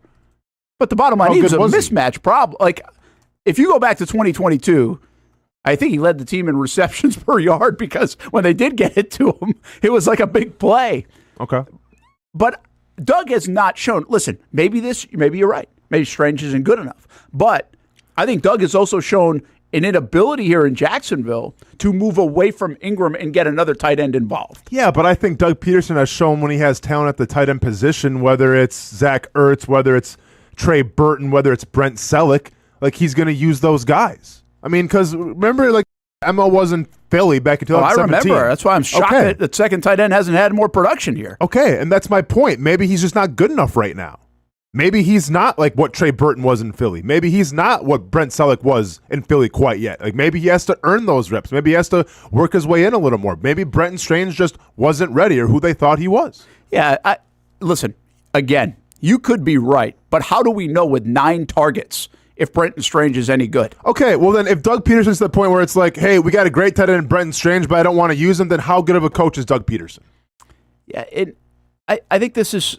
I don't think that's why I love the Bigsby and Strange conversation, because I don't think it's as black and white as everybody wants to make it out to be. There's 3 things going on. Maybe you're right. Maybe Brenton Strange isn't as good, shouldn't have been picked number 61 overall, all that stuff. Maybe Doug's not using him as well as he could use him, like he did in Philadelphia, because I think those guys were pretty unproven until he proved it with some of the younger players behind, I think, Ertz. And then maybe this is Evan Ingram's fault because he's very valuable to what they're trying to do. So they can't take him off the field. They got to use him all the time. And I think that's a big part of it too. He's so good at what he's such a mismatch, more than the guys that were even in Philly. He's a different kind of mismatch, different kind of player where they're trying to do on offense. Yeah, but Ertz is pretty good though too, man, in his prime. Oh, yeah, Ertz in Philly. Yeah, I mean, fantastic. Ertz in Philly is a lot like I think Ingram is here. You think he does that? I mean, I think similar? Ertz. Yeah, I mean, I think people forget how Ertz was. I feel like Ertz going, but he's wider. He's a bigger guy that you could kind of keep in if need be, kind of like in a Kelsey way, like he could do it. You're talking about like size yeah. per se? I mean, I'm not. Let me see. He feels like that. Now Ingram is a willing blocker, but he's not gonna add a lot of. I mean, weight on your offensive line. Ertz is 6'5", 250, it says. Yeah, so a lot bigger than Ingram, right? Ingram's like a 220 guy.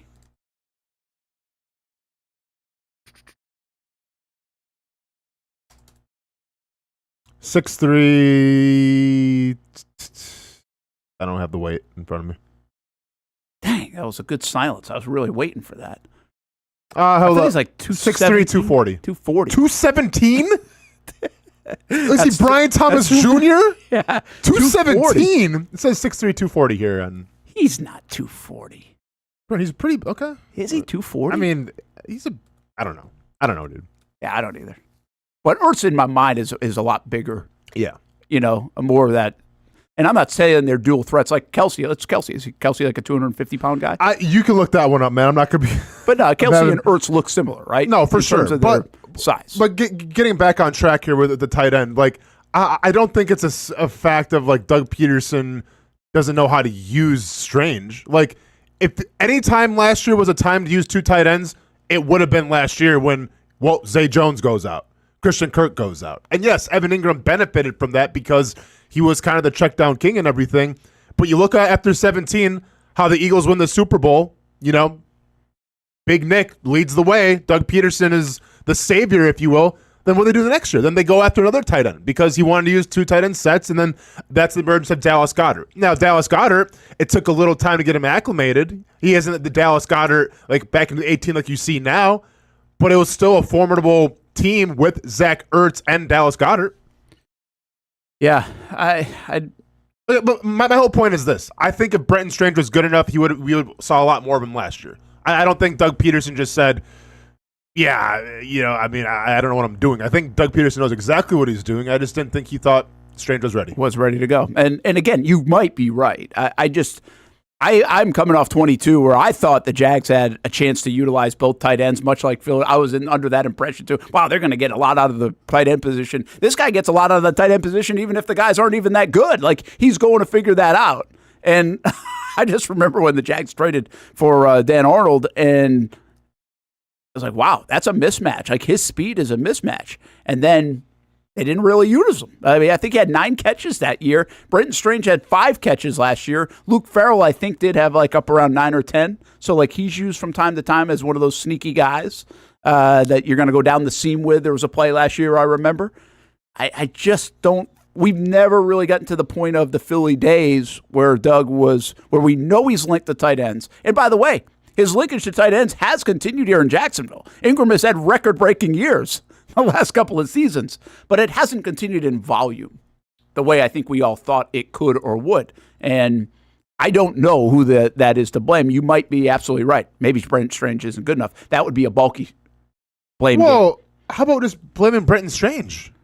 Yeah, I mean, like, how about bulky Strange, whatever one. Yeah, I mean, bulky's the one that picked him in the second round. Yeah, bulky took him, but like first of all, we can't call him a bust for bulky yet because it was 1 year.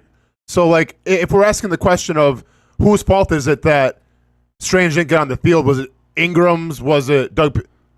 I think it was just Brenton Strange's fault. I just think that's the easy answer. So anyway, I think it will be interesting. It's not like they tried to upgrade over him. They're going to be. They were patient with him. He's going to play. By the way, I found out where Dan Arnold is. Well, I'm not sure where he is now, but last year he was on the Eagles practice squad. See, the problem with him is exactly what you have said. It's when they had Manhertz and Arnold. Mm-hmm. When Arnold's in the game, you knew they were going to pass. Yeah. Right? They're not going to block. Mm-hmm. But I still think we knew Dan Arnold at the time was a good enough player to catch passes in the league. He had done it in Carolina. He did it pretty well the previous year. What they were going for is this guy can block and catch. Sure. But I have no idea how well he can catch or run routes or whatever else with 9 targets. I'm trying to think. The one other thing I'll find when we're in commercial break is how much he actually did play. Because I actually think he was in the game quite a bit. Brenton Strange. Yeah. Yeah. Like it's not like he was on the bench. I think his play percentage was in the game was probably more than people think. So it says that Brenton Strange was in 14 games and started 4 of those games. Yeah, but I mean, how often was he on the field? Like how often did he use 2 tight ends? Yeah, that you got to go deep diving into that. But I think he was on the field more than the 9 targets would represent. Oh yeah, absolutely. Yeah, I mean, I would say so. Yeah, so like even when he's on the field, they're just not using him in routes, or they're using him as an extra blocker because they needed to, because the offensive line was a little shaky in spots. That's another part of it. Mm-hmm. Whether they use Luke Farrell in that role or him. So anyway, I think Strange, and you've talked about Bigsby, we've all talked about Bigsby. I think Bigsby's the easy answer here. I think Strange is a harder answer to figure out. And I think he's going to be a big part of this to some degree. His evolution, his involvement, are they going to get something out of that second-round pick? But I would just caution everybody, even if they do well does not mean a lot of productivity in the stat column for guys like that, because Ingram's going to get his, and you're going to say Travis Etienne's going to get his. It's not going to leave a lot left on the table for the guys behind him, which then we can criticize if they should have used those picks in those spots. But I still think they can be successful picks if they contribute at the right times in the right roles for the Jaguars this year. Take a time out, Brent Austen Show. When we come back, some of the betting favorites around the National Football League. Word of the Jags. Austin said he saw something. He hasn't told me exactly what it is, but it's kind of a positive thing for the Jaguars, it sounds like. You could say that. We'll find out. Plus, we'll hear from Gabe Davis before we get out of here at 1 o'clock. We got After the Game coming up at 2 o'clock today. Young and Norvell Show still at 4. You can check it out on the Action Sports Jacks 24/7 network.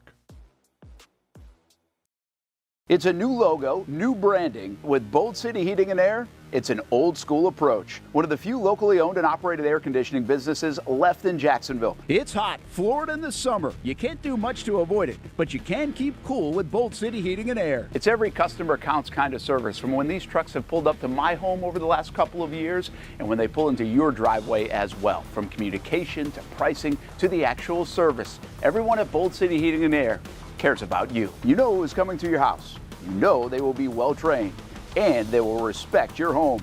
Air conditioning convenience at boldcityac.com. Stay cool while it gets hot. Bold City Heating and Air can help. Don't get caught sweating all summer. boldcityac.com, and they have financing to help. New systems starting at $110 a month and $50 off any repairs. Stay safe, stay comfortable with Bold City Heating and Air at boldcityac.com. Homegrown in your hometown. Building off a summer of terrific action at Southern Oaks Stadium, the Jacksonville Armada are looking forward to the future and the return of pro soccer in Northeast Florida.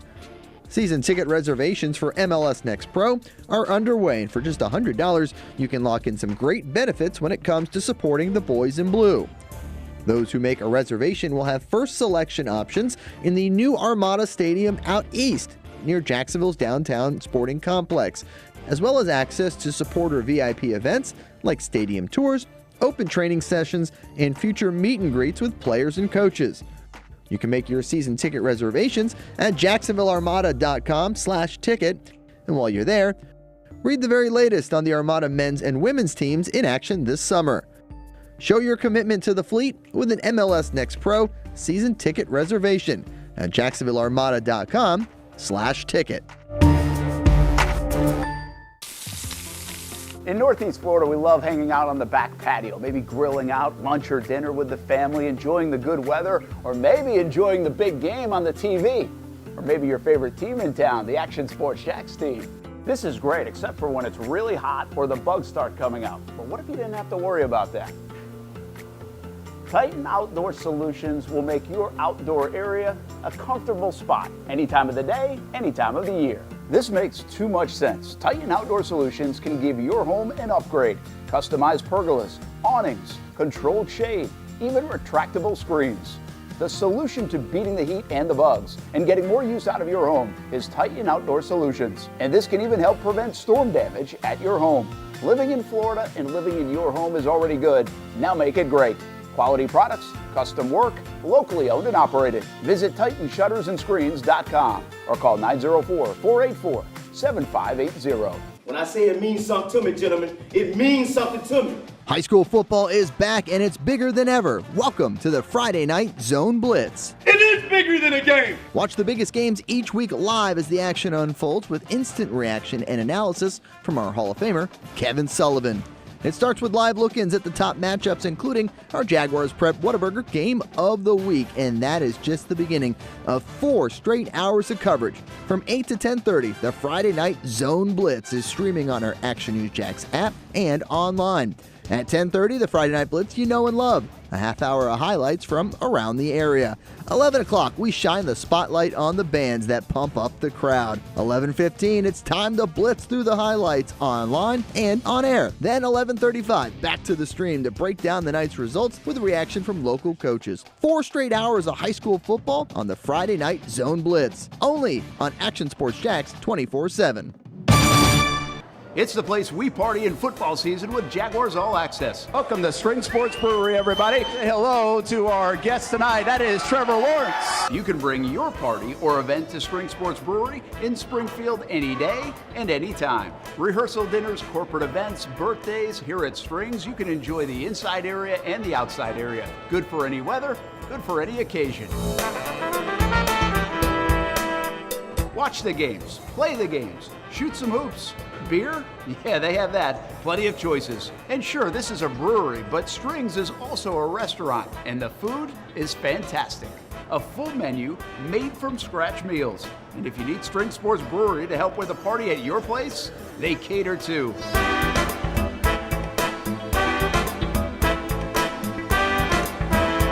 Family, beer, food, sports. Spring Sports Brewery in Springfield. Welcome back to the Brent and Austen Show, streaming on the Action Sports Jacks 24/7 network. The Scrap House coming up on Wednesday night, 7 o'clock. That's tomorrow night with Austin and Casey. Talking all things wrestling. Had a big couple weeks. SummerSlam just over the weekend. Special show on Saturday night. If you missed any of the conversation on YouTube, you can go back and watch it on the Action Sports Jacks channel. It's on Facebook and other social media channels as well. But 7 o'clock on the Action Sports Jacks 24/7 network. Another new show to the lineup for you wrestling fans, 7 until 8 o'clock on Wednesday night. What you got coming up? What's the big topic tomorrow night? Oh, just going to do kind of the fallout of Monday Night Raw. Obviously, AEW in the news, maybe not for the best reasons, as Britt Baker is now on suspension for her altercation with MJF backstage. So maybe break that down a little bit as well. And we'll also recap Friday Night SmackDown, the SmackDown that actually led into SummerSlam. So, yeah, a lot to talk about. There always is. It's professional wrestling. There's always storylines to talk about. So there are always storylines. Check us out tomorrow at 7. How many days a week does wrestling now cover? Is it Every day but one? Essentially, you got Monday Night Raw. You got Tuesday is NXT. Wednesday is Dynamite. Thursday is open. Oh, Thursday's open. Thursday's open, I think. Friday is SmackDown. Friday is SmackDown and Rampage from AEW, and then Saturday is Collision from AEW. So Sunday and Thursday? Did you mention anything on Sunday? Oh, yeah. So Sunday and Thursday? So there's 2 open dates on wrestling. Correct. It's pretty wild. Yep. It's become like the NFL. Yep. Boston's, and Random Vids wants us to talk about Brian Thomas Jr., Brent. Yeah, it's okay. And he wanted to ask about how we think he's going to be in the preseason. Do you think Boston's, and Random Vids is a degenerate gambler and is trying to add Brian Thomas Jr. to a couple, parlays here or something in Probably. the preseason? Future bets? Hey, man, just wait till the regular season, all right? Scratch that itch in the regular season. Well, not only that, does fantasy, you get, everybody's going to be peeking in on Brian Thomas Jr. and how that connection. There are some folks that think this connection is going to be really good. Some people are very bullish on it. Yep. From what I've seen. Yep. I'm just excited for him.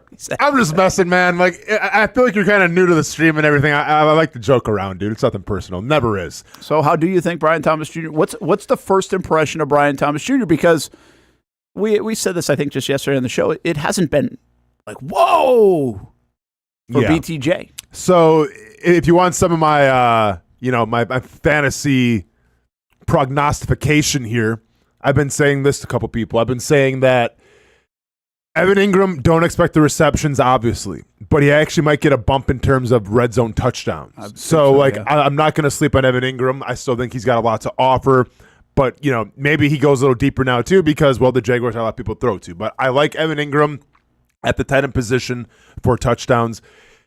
The Brian Thomas Jr. thing is a little harder to read because you have a lot of mouths to feed, but I do feel like, it'd be one thing if it was like, okay, it's like a Jamar Chase where it's going to be. Okay, like there's really no other option. With this, it can go a lot of ways, but if you're asking me right now, where would I draft him in fantasy or what I think he's going to do this season, I think Brian Thomas Jr. could be the one, like in terms of fantasy numbers, one overall. But I do think in terms of red zone, I think he's that guy. Like I think Christian Kirk will have more receptions. I think Christian Kirk could have more yards. But I'm not going to sleep on Brian Thomas Jr. with the touchdowns. Yeah, it's interesting. I don't think about it in that way because I don't play a lot of fantasy football. Well, you should because our audience is depending on it. I know. I should. I can buy into a lot of the stuff you said. There's no way. There's no way Evan Ingram has 114 catches. Okay, I mean that's just not happening. There's going to be a giant panic button if that happens. Yeah, you don't want that to happen. We did that show, where it's that's an okay thing.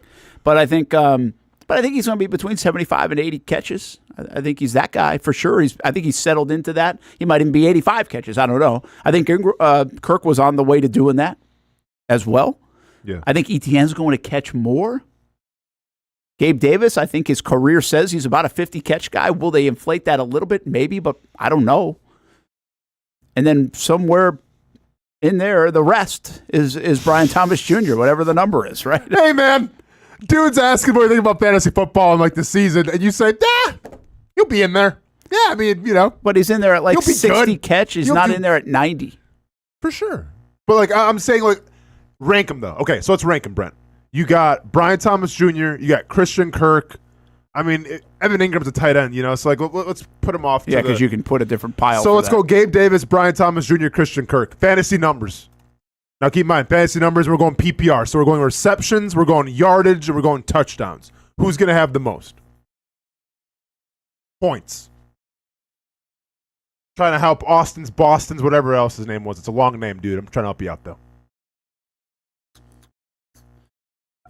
Kirk. He's going to have the most. Okay. Is that what you said? Nope, I'm saying Brian Thomas Jr. Because like I said, touchdowns. Yeah, I think Kirk's going to have 8 touchdowns. Okay, nice. So if he has 8 that's hard. So would you rank it Kirk, Brian Thomas Jr., Gabe Davis? Gabe Davis is the wild card now. Okay, yeah. And I would probably go Brian Thomas Jr., Kirk, and then Gabe Davis. Yeah. Thanks for coming to the Brent Austen Fantasy. Duval TV said this is going to be so hard. I agree. Oh, yeah, man. But hey, this is a hard job sometimes. But I think that's a good thing. It's like just talking, just sitting back talking about football. I mean, you gotta make some decisions here. I'm going to give you. I want to just try to see what's a reasonable deal. I'm going to give you Mike Evans. Okay. Numbers from last year. Sure. Good year, right? Very good year. Yeah, I would say so. I think he did really well. He was the 24th on the reception list last year in the NFL. Yeah, I mean, he's not a possession guy. He's 79 catch guy. More of a deep target kind of guy. 79 catch guy, and obviously huge yards. He just lost my way. 1255, so 15.9 a catch, and 13 touchdowns. That's a lot. That's on the high end. It's good fantasy numbers. Yeah. Not going to have that kind of touchdown percentage, I don't think. But I do think that 79 for 1255, 15.9 equates. Now, I don't know if it equates to 79 receptions. I think he falls more into, like, let's just say, how about George Pickens category? Would you take this? 63 catches, 1140, and 5 touchdowns. From Brian Thomas Jr.? By the way, that's a little high, too, on the 18.1 yards per catch, which had to lead the league. I mean, would I take that? I'd want. I mean, to me, I'm looking at the how many touchdowns you got. I know. So I would most like guys a little get most guys are between 5 and 8 touchdowns. Yeah. There are only 5-6 players in the National Football League that had double-digit touchdowns from the receiver position. 5 of them? 6. 6 of them. Tyreek. Yep. Jettas. He got hurt, remember? But he still didn't have? No. Okay. I just gave you Mike Evans. Mike Evans. Puka? No. I suck at this game. A.J. Brown. No. I'm going to concede. C.D. Lamb. Tyreek Hill. Duh. I'm on Ross St. Brown. Mike Evans. Jordan Addison. At 10. I wouldn't have got that one. No. So look at that year. That's a good year Jordan Addison going to be a little careful with any comps. But player-wise, 70 catches, 911 yards, 10 touchdowns. Yeah. Like he didn't even have 1,000 yards, but that's a good rookie season, right? Of course. Yeah, very 10 good touchdowns? season. Come on. Yeah. The other guy, I actually lied. Cortland Sutton, by the way, had 10. Yeah. 59 catches, 772, and 10. And then the other guy was Laporta on this list, so he's actually a tight end. Sure. So that's where I'm looking, Austin. I'm looking into, like, it's crazy. If you look at just receptions, if you catch 60 balls in the National Football League, that gets you're like the 56th in the league. That's Deebo Samuel. Guys like Cooper Kupp last year because he missed a bunch of games. He only played in 12. I said George Pickens, like he's in that category. DK Metcalf had 66 catches, 11, 14, and 8. Yeah, I mean, and people want to say he regressed a little bit. Like, dude, that's also some pretty good numbers. It was pretty good numbers, but I always go back to Christian Kirk and the DK Metcalf conversation because there was the price range of that where Metcalf was $24 million. Kirk was going to outdo those numbers if he stayed healthy. He was surpassing all those numbers from Metcalf this past year, but obviously didn't stay healthy enough to do it. So yeah, I feel like Brian Thomas Jr. can be very productive because of yards per catch. We feel like is going to be pretty good. He's going to be down the field, but I don't think it will be like this crazy amount of catches. I think he's going to make his name in the yards per catch category, and hopefully that translates to the touchdowns. But I'm telling you, man, if he gets between 6 and 8 touchdowns, that's a very good rookie season. No, of course. And then once again, like just going back to what we, the start of this conversation, like that's what I'm banking my fantasy outlook on is the touchdowns that Brian Thomas Jr. can get as opposed to maybe like the receptions of the targets. Yeah, Duval Jack says, why does it always look like BTJ is running routes half speed in practice? Some say it's a knock on him. Others say it's a smooth route running. I think he looks like a smooth player. I think it comes across that way. I also believe the practice video that you're seeing, which we have to remind people, these are not like the team periods for the most part where you're going to get like the highlight plays. Yeah. You're seeing a lot of like on-air routes that we're able to show you. and then our cameras go off during the times where it's like against, in 11 on 11 in team stuff. Yeah. So I don't know if that. I'm not telling you that. Hey, it should always look, but I think it looks slower on air. Sure. Than it does when you're matched up against somebody. I mean, listen, if we're having the conversations of talking about, is he a smooth route runner? I mean, you probably have the smoothest route runner right now in the NFL, Justin Jefferson. And if we can get those kind of comparisons with Brian Thomas Jr., I will definitely take that. But also, it's wild how you go from Calvin Ridley, who, you think of like a Cadillac smooth, and then you think of like Calvin Ridley, who was more of like, I don't know, like a muscle, not even muscle car, more of just like an RX, like a souped up Fast and the Furious Vin Diesel like sports car, which was Calvin Ridley, and then you change that out now with like Brian Thomas Jr., who's more of just a fluid type of route runner. It's like day and night. Yeah, it's funny. I feel like when you're watching them, they kind of look similar at times, but I get what you're saying too. Here's the deal with Brian Thomas Jr. The other thing to ask is, from a route running standpoint, is how much does he know the route tree? How much can he handle on the route tree? That's probably his biggest criticism. He's got the IQ, Brent. He's got the IQ, but they didn't ask him to do more than just like, hey, go. No, for sure. At LSU. Yeah. How much will the Jags ask him to do? Mm-hmm. So it's a fascinating topic. That was a long answer to your question on the chat about Brian Thomas Jr. I think the bigger thing is, what kind of first impression does he make Saturday night? Because we could get everybody excited around here. It's worth noting that he hasn't got people too excited. By this time last year, we were so excited about a guy like Calvin Ridley, who we hadn't seen in a year and a half play football, basically, and we were excited about him. We're not there right now with Brian Thomas Jr. He is not wowing. I think Malik Neighbors has shown up at times in Giants camp. Fighting. Now he's fighting. I saw that. But there are some other players that have like, oh, wow, look at that guy. Oh, wow, look at that guy. The story out of Jags camp is not like, oh, wow, look at Brian Thomas Jr. That's just a fact. But that doesn't mean it won't be a story late Saturday night or into Sunday. For sure. And that's what I'm kind of interested in when it comes to the rookie wide receiver out of LSU. All right, what do you got? Oh, we're doing the betting thing? Yeah. All right. So, Sports Illustrated every single year, they do this. They bring in this dude. Let me go give this guy some credit quick. So, nice. You know who to blame if it's not right. It's not me. Wasn't me. Ian McMillan is like a professional gambler, sports book dude. And every year he puts out his 32 bets from 32 different teams and his favorite bet of each team.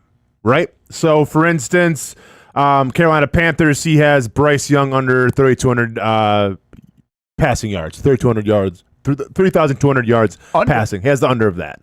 He's got the Bears to miss the playoffs. That's minus 105 right now on DraftKings Sportsbook. Yeah, I'm taking that bet. 105? That's almost a coin flip. Sorry, Chicago. Not this year. He's got Cincinnati Bengals under 10.5 wins. For the Jacksonville Jaguars. Want to take a bet what he's got for the Jaguars? Yeah, I'm trying to think of where's he going to go here. Let's see. You want to get the other division? You want the Titans first and everything to kind of wet our whistles a little bit? I'm wondering if some have been team-oriented, some have been individual. So the Houston Texans' best bet he has is Joe Mixon under 850.5 yards rushing. Love it. Yeah, I mean, I think I'm not mad at that. For the Colts' best bet, he has Latu, the defensive guy, as winning Rookie of the Year, plus 550. Wow, some good value there. He says, I've been high on this guy since before he was drafted the Colts. In my opinion, he was the most talented and skilled pass rusher in the draft. He's not the only one saying that. Racking up 12 sacks in 12 games with UCLA last year. Some had questions surrounding his health after a major neck injury, but he seems to be all systems go for his rookie minicamp. Yeah. I've heard a lot of good things out of him. Yeah. He was a big question mark in the draft. And then for the Titans, we have over 6.5 wins, plus 118. So 7 wins. Taking 7 wins. There's an argument here to be made that Titans have the best offensive. I'm sorry. There's an argument to be made that the Titans had the best offense off-season amongst all 32 NFL teams. They signed Calvin Ridley at receiver, Lloyd Cushenberry to improve their offense, and then added the likes of Kenneth Murray, Awunze, and L'Jarius Sneed on defense. There are some questions surrounding quarterback Will Levis and new head coach Brian Callahan, but if both of them can put a strong foot forward in 2024, there's a solid chance they reach at least 7 wins. Yeah, that's good. I could see that, but I'm not taking that. I think they're going to probably that 7th win is going to be tough, I think, in Tennessee. Okay. Well, I think the chat is kind of giving up what he said. That's going to be my guess because they keep talking about 22.5 touchdowns. Nope. Oh, that's not what they said? No. You said it was a positive one. Yep. So is it individual or team? Help me out. It's team, and it's plus 285. Plus 285. Oh, Jags to win the AFC South. Ding, ding, ding. He says, I'm selling a bit of stock in the Houston Texans. The odds to win the division should be a lot closer than what they are. Let's not forget at all the Jaguars had to do to avoid losing the Tennessee Titans in Week 18, and they would have won the AFC South. Now they're all of a sudden almost 3-1 to do so in 2024? Question mark. The Houston Texans are a fun young team. There's no denying that, but we have to remember they finished the season just 12th in net yards per. Take the analytics on it. I'm not going to finish that sentence. We also have to take into account that the Jaguars have the significantly easier schedule. Due to the Texans winning the division in the final week last season, they now have a first-place schedule and overall, and they have the 7th most difficult schedule in the NFL based on their opponents' projected win totals. Should the Texans be favored? Sure. Should the Jaguars' price to win the division be set at almost 3-1? Absolutely not. Huh. There you go. Interesting. I would say this. The thing about the Jags schedule, and I believe me, I'm a big schedule guy now, and I think Houston's going to have challenges. But the Jags isn't light. That's for sure. Yeah. I think that second-place schedule still is very significant for the Jaguars and tough. This is a hard schedule. In part, I think anybody who plays in the AFC kind of has a hard schedule because the AFC is so jam-packed. And on the other side of it, the Jags have to play the Eagles, the Vikings, and the Lions. Those are probably not three teams I'd want to play out of the NFC. I'd like to pick some other ones that I wouldn't have to worry about. And the Packers, I'm sorry. The Vikings actually probably the easiest game out of those four. Am I missing one other game out of the NFC? Oh, Chicago. So they do get a couple of easier games, if you will. I'll give you a few more just for fun here. Chargers best bet to make the playoffs 112. You taking that? Plus 112. I don't think they're going to the playoffs. I don't either. I think it's hard to, especially now. I mean, it's going to be another lost year for Herbert. And how are they plus 112? Even with Herbert, if he was healthy, it's like you lost a lot. I think you're playing a lot on the Harbaugh stuff right now. I mean, obviously, but man. And Herbert. A lot of people love Herbert. Plus 106 the Rams to make the playoffs. I like that. Over 9.5 wins for the Dolphins, minus 122.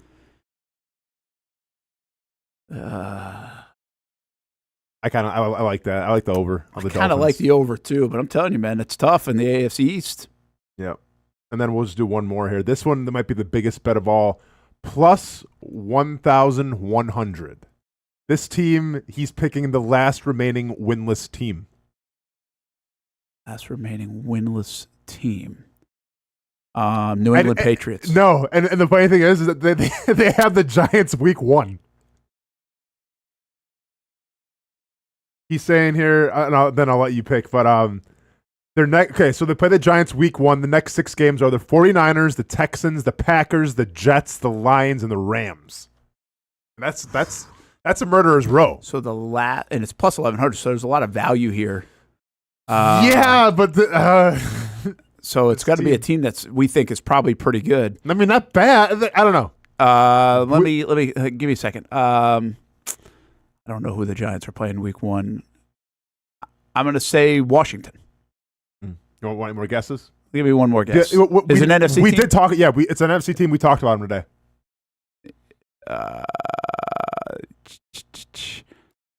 Duval TV nailed it. I was going to say Minnesota too. Yeah, the Vikings. Yeah. So that would be wild. So the Vikings at 0-7 to be plus 1,100. Oh, that'd be something. Mm-hmm. I mean, the Giants one's a big, but man, I mean, but the you can make an argument like 49ers, yeah. Texans, yeah. Packers, yeah. Jets, I mean, Rodgers healthy, sure. Lions, yeah. That's Rams, an interesting bet. Woo. The Vikings, you got to get by that week 1, and then you feel pretty good about it. Oh, the Vikings shed a lot of stuff now. Yep. Is that game at New York, by the way? I'm not. I don't think it says. Yeah, that's pretty interesting. Earlier you guys were talking in the chat about 20. Is it only 22.5 for Trevor on touchdowns? I'm not sure. Golly, I'm hammer that thing. Yeah. Over, and maybe just out of hoping. Like you do get. I mean, he's got to have over 22, right? I mean, he needs. I don't know if he needs, but it feels like he kind of needs a 30-plus touchdown performance this year. Yeah. Don't you feel that way? No, I mean, now listen, if you get to like 28 and he's only thrown 8 picks, I mean that's okay. That's fine. I mean, like, but like it doesn't. It feels like this is a year he's got to go get 30 plus. I mean, it does, but also, Brent, like, if you pound the rock a lot, like, who's to say Tank and Travis aren't going to have, 8, 9, 10 touchdowns apiece? I mean, if that's the case, then I'm not complaining. Okay, like, I get that, Austin, but this is where I think, and people think I'm crazy for saying this, but I don't think I'm crazy for saying this. I think this is where the coach sound like a true crazy person, by the way. I mean, if that's not the intro to any crazy person speaking, I don't know what is. But please continue. Is that the blueprint? That is the MO for I plead crazy? Of crazy person talk. You just wrote the book on it, but please go ahead. Everyone's saying I'm crazy. I just want to let you know I'm not crazy. What a crazy person would say. Okay. Go ahead. Well, then this is crazy. Okay.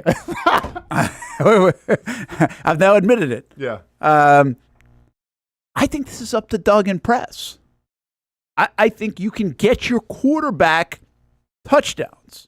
I think teams do it. They throw on first down from the goal line when everybody thinks you're going to hand off and run. I think that's part of this. It's much as part of saying, hey, you can't tell me that Brenton Strange isn't any good if you only targeted him 9 times. Like, I don't know. That's not enough for me to be able to tell anything. That's up to you guys as play callers to figure that out and get him involved in the game and figure out if he can handle a workload or whatever else. Add another tight end to the passing offense. Sure. I think the same goes. I said, because I was very critical of Urban doing this back in year 1. It took until like week 12 to get Trevor to double-digit touchdowns. You don't hand off then on first and goal from the goal line. You can throw that ball. Joe Burrow does it. If you look at big touchdown guys, they do it. Okay, but we saw some turnovers too when we throw the ball in the end zone. I get there are plays and then there are plays. Okay. But you can and I'm not telling you to do it every time from the goal line. You got to get your backs and keep them happy too. But you can manufacture some of the statistics. I think, and maybe people don't believe me on it. But I think if you look at the quarterbacks that throw 30, 35, 40 touchdowns, I would like, and I haven't done this, but I'd like to know how many come from like inside the 5-yard line. Yeah. Where most teams would hand off, or you'd say, hey, we're going to take 3 downs to get it in, or we're going to be conservative here, we're going to push the pile, all those things. I think people are like, oh, no, we're going to roll out and boom, easy touchdown to fullback in the end zone. I mean, I just think that great teams find the way in the end zone regardless. Whether it's the tush push, whether it's Tom Brady, quarterback sneaking, like, it may not be sexy. It may piss a lot of fantasy owners off. Doesn't matter. We're winning football games. Yeah. Well, and that's part of, if you're winning football games and your offense is click, you're going to get them anyway. I agree with you. Yeah. But at 22, Austin, like 20, if you're stuck on 22 touchdowns, that's a little bit on you for not getting more. I'm taking the over. Yeah, for sure. Last one, I actually found the biggest bet. I'm going to read this summary, and I want you to guess who this player is, okay? So this bettor is saying, by the way, this is plus 4,000. And the category is for this person to win the MVP. Let's take a step back and remember that blank played in. Okay, I'm not hand. I gotta. Okay, here we go. Sorry, because I gotta remember. Yeah. Okay. So he led the NFL in passing when playing. Averaged 291 passing yards per game. That's almost 20 yards more per game than eventual passing leader Tua Tagovailoa. He also had a quarterback rating of 103.8, and only Dak Prescott and Brock Purdy finished with a better mark. My point is that last year, we don't talk about it, but he was playing at an MVP level. The narrative surrounding blank has gotten out of hand at this point. I will absolutely bet on the guy who's 40 to 1 to win the MVP award and who has a strong chance of having the best statistical season of his entire career. Brent, who is this player? First guy that comes to mind is Jalen Hurts. Okay. Not Jalen Hurts. Dang it. Thought I might win that one. And I had to tailor a little bit, too, because there's a lot, there's a lot of giveaways here. There's a lot more that I could have read off, but it would have been too obvious. 40 to 1's a big number. 40 to 1's a huge number, yes. Baker Mayfield. No, but I like that. That's warmer. Warmer. Yep. Oh, Duval TV. I was going to say Cousins, too, dang it. Oh, I bet you were. But Cousins, how much did Cousins play last year? Well, it said when he was in. That was the keynote. When he was in. I was thinking Cousins right away, but then I was like, wait, he missed like most of the year. Yeah, when he was in. Okay, yeah. I missed that. Yeah. Again, Cousins statistically in his career, Cousins is tracking toward a Stafford-esque.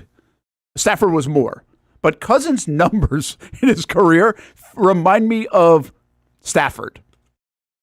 Yeah. And it was like, okay, yeah, but. And right now we're still in the year but phase. Yeah, but phase for Kirk Cousins. Man, only if Hamby was here to hear this, he'd have been so proud. I know. Damn. Hey, Kim, what time is it in there? We got about 5 minutes. 12:54. I know. I was going to hit a break to end the show, but we'd have to be out by 55 if we want to do it. So we'll just hang on. How about that today? Cool. We just blow through some timeouts. Okay. Because I liked your betting segment. Thank you. I can't get over 22.5 touchdowns. Trevor better be over 22.5 touchdowns. I don't know where you guys saw 22.5, but he better be over 22.5. Like, that's a problem if he's not over 22.5. It's a problem for Trevor at $55 million a year. It's a problem for the Jags offense because that means they ain't scoring enough. Yeah. I mean, unless they have some like Raheem Mostert kind of Travis Etienne performance with 20 touchdowns, whatever it was. But yeah, they better be able to do that. Daniel, I get what you're saying. I do think, and I think my co-host here is a little guilty of it at times. On the stat, like we do get stuck in box scores and stats. And I don't think it does tell the whole story all the time. I get it from a big picture in a big a sample. Like they probably add up to how everybody's playing.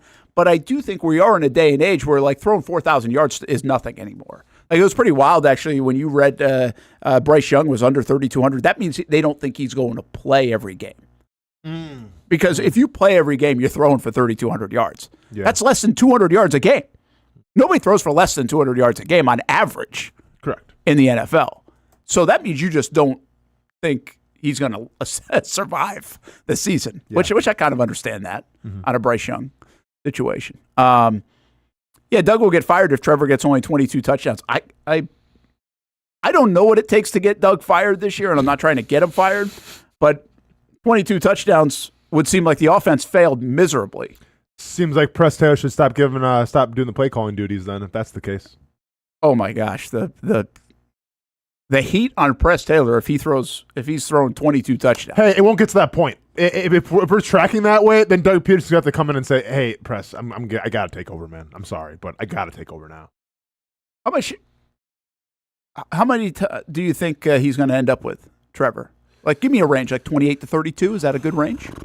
I mean, I like a nice even 30. Yeah. You, Brent? I like my range. I don't want to go over the moon on it. And by the way, like Vegas is right a lot. So if they set the line at 22.5. I can't find the line. It's driving me crazy. He says, I think somebody just said it's on Hard Rock. Okay. And so, like, I've done this many times where you're like, no way. I'll hammer the over. The Jags are going to be way better than 4 wins or something like that. And it's like, no, all right. Not so fast, my friend. I have a lot of respect for the folks in Vegas.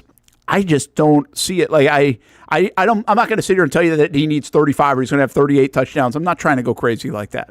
But I just don't understand how he wouldn't have more than 22. I think he's flirting with 30, and he might even he's going to be above 30. So I'm stuck on it. This is, I mean, I won't give him all the love here, but this is like a gambling website, and like they put in like all the stats and the criteria to like what like bookies would help make the. So here's the criteria of what Trevor, like the estimations this year of what Trevor's going to do: 3,980 yards passing, 24 touchdowns, 13 interceptions. Yeah, not good enough. Doug Peterson, we'll see you later. Yeah, that's not good enough. Those are that's a regression from last year. Now, essentially, I will say this before I get too crazy on the 30 touchdowns, and maybe we all do. You know what led the league last year in touchdowns? Who and what? How many? In passing touchdowns, I don't even care about the who. How many do you think? I have no idea, man. 35. Oh wow, you were I would have thought it was more than that, like in the 40s. Oh, no. Seems like it's always in the 40s these days. No, but let me see 36 for Jalen Hurts. Dak. Oh, I keep forgetting about Dak. Yeah. And then 32 for Jordan Love, Brock Purdy 31, Jared Goff 30. Wow. 4 guys were north of 30. Hurts wasn't even on the list. Waking up Austin. That's it. Yeah. I would not have got that right. I'm skewed, I think, by the Brady years of the 40s. Oh, the 40s. Yeah, right? those are definitely anomalies, though, man. But especially if teams. But I just figured that 17 games now, as much as you're passing, you're getting X amount of touchdowns. Mm-hmm. Yeah. I mean, there are only 10 quarterbacks in the league that had more than 25. So the 24 for Trevor might not be as far-fetched as we think. See, you can make some sense out of it. You got to do your homework.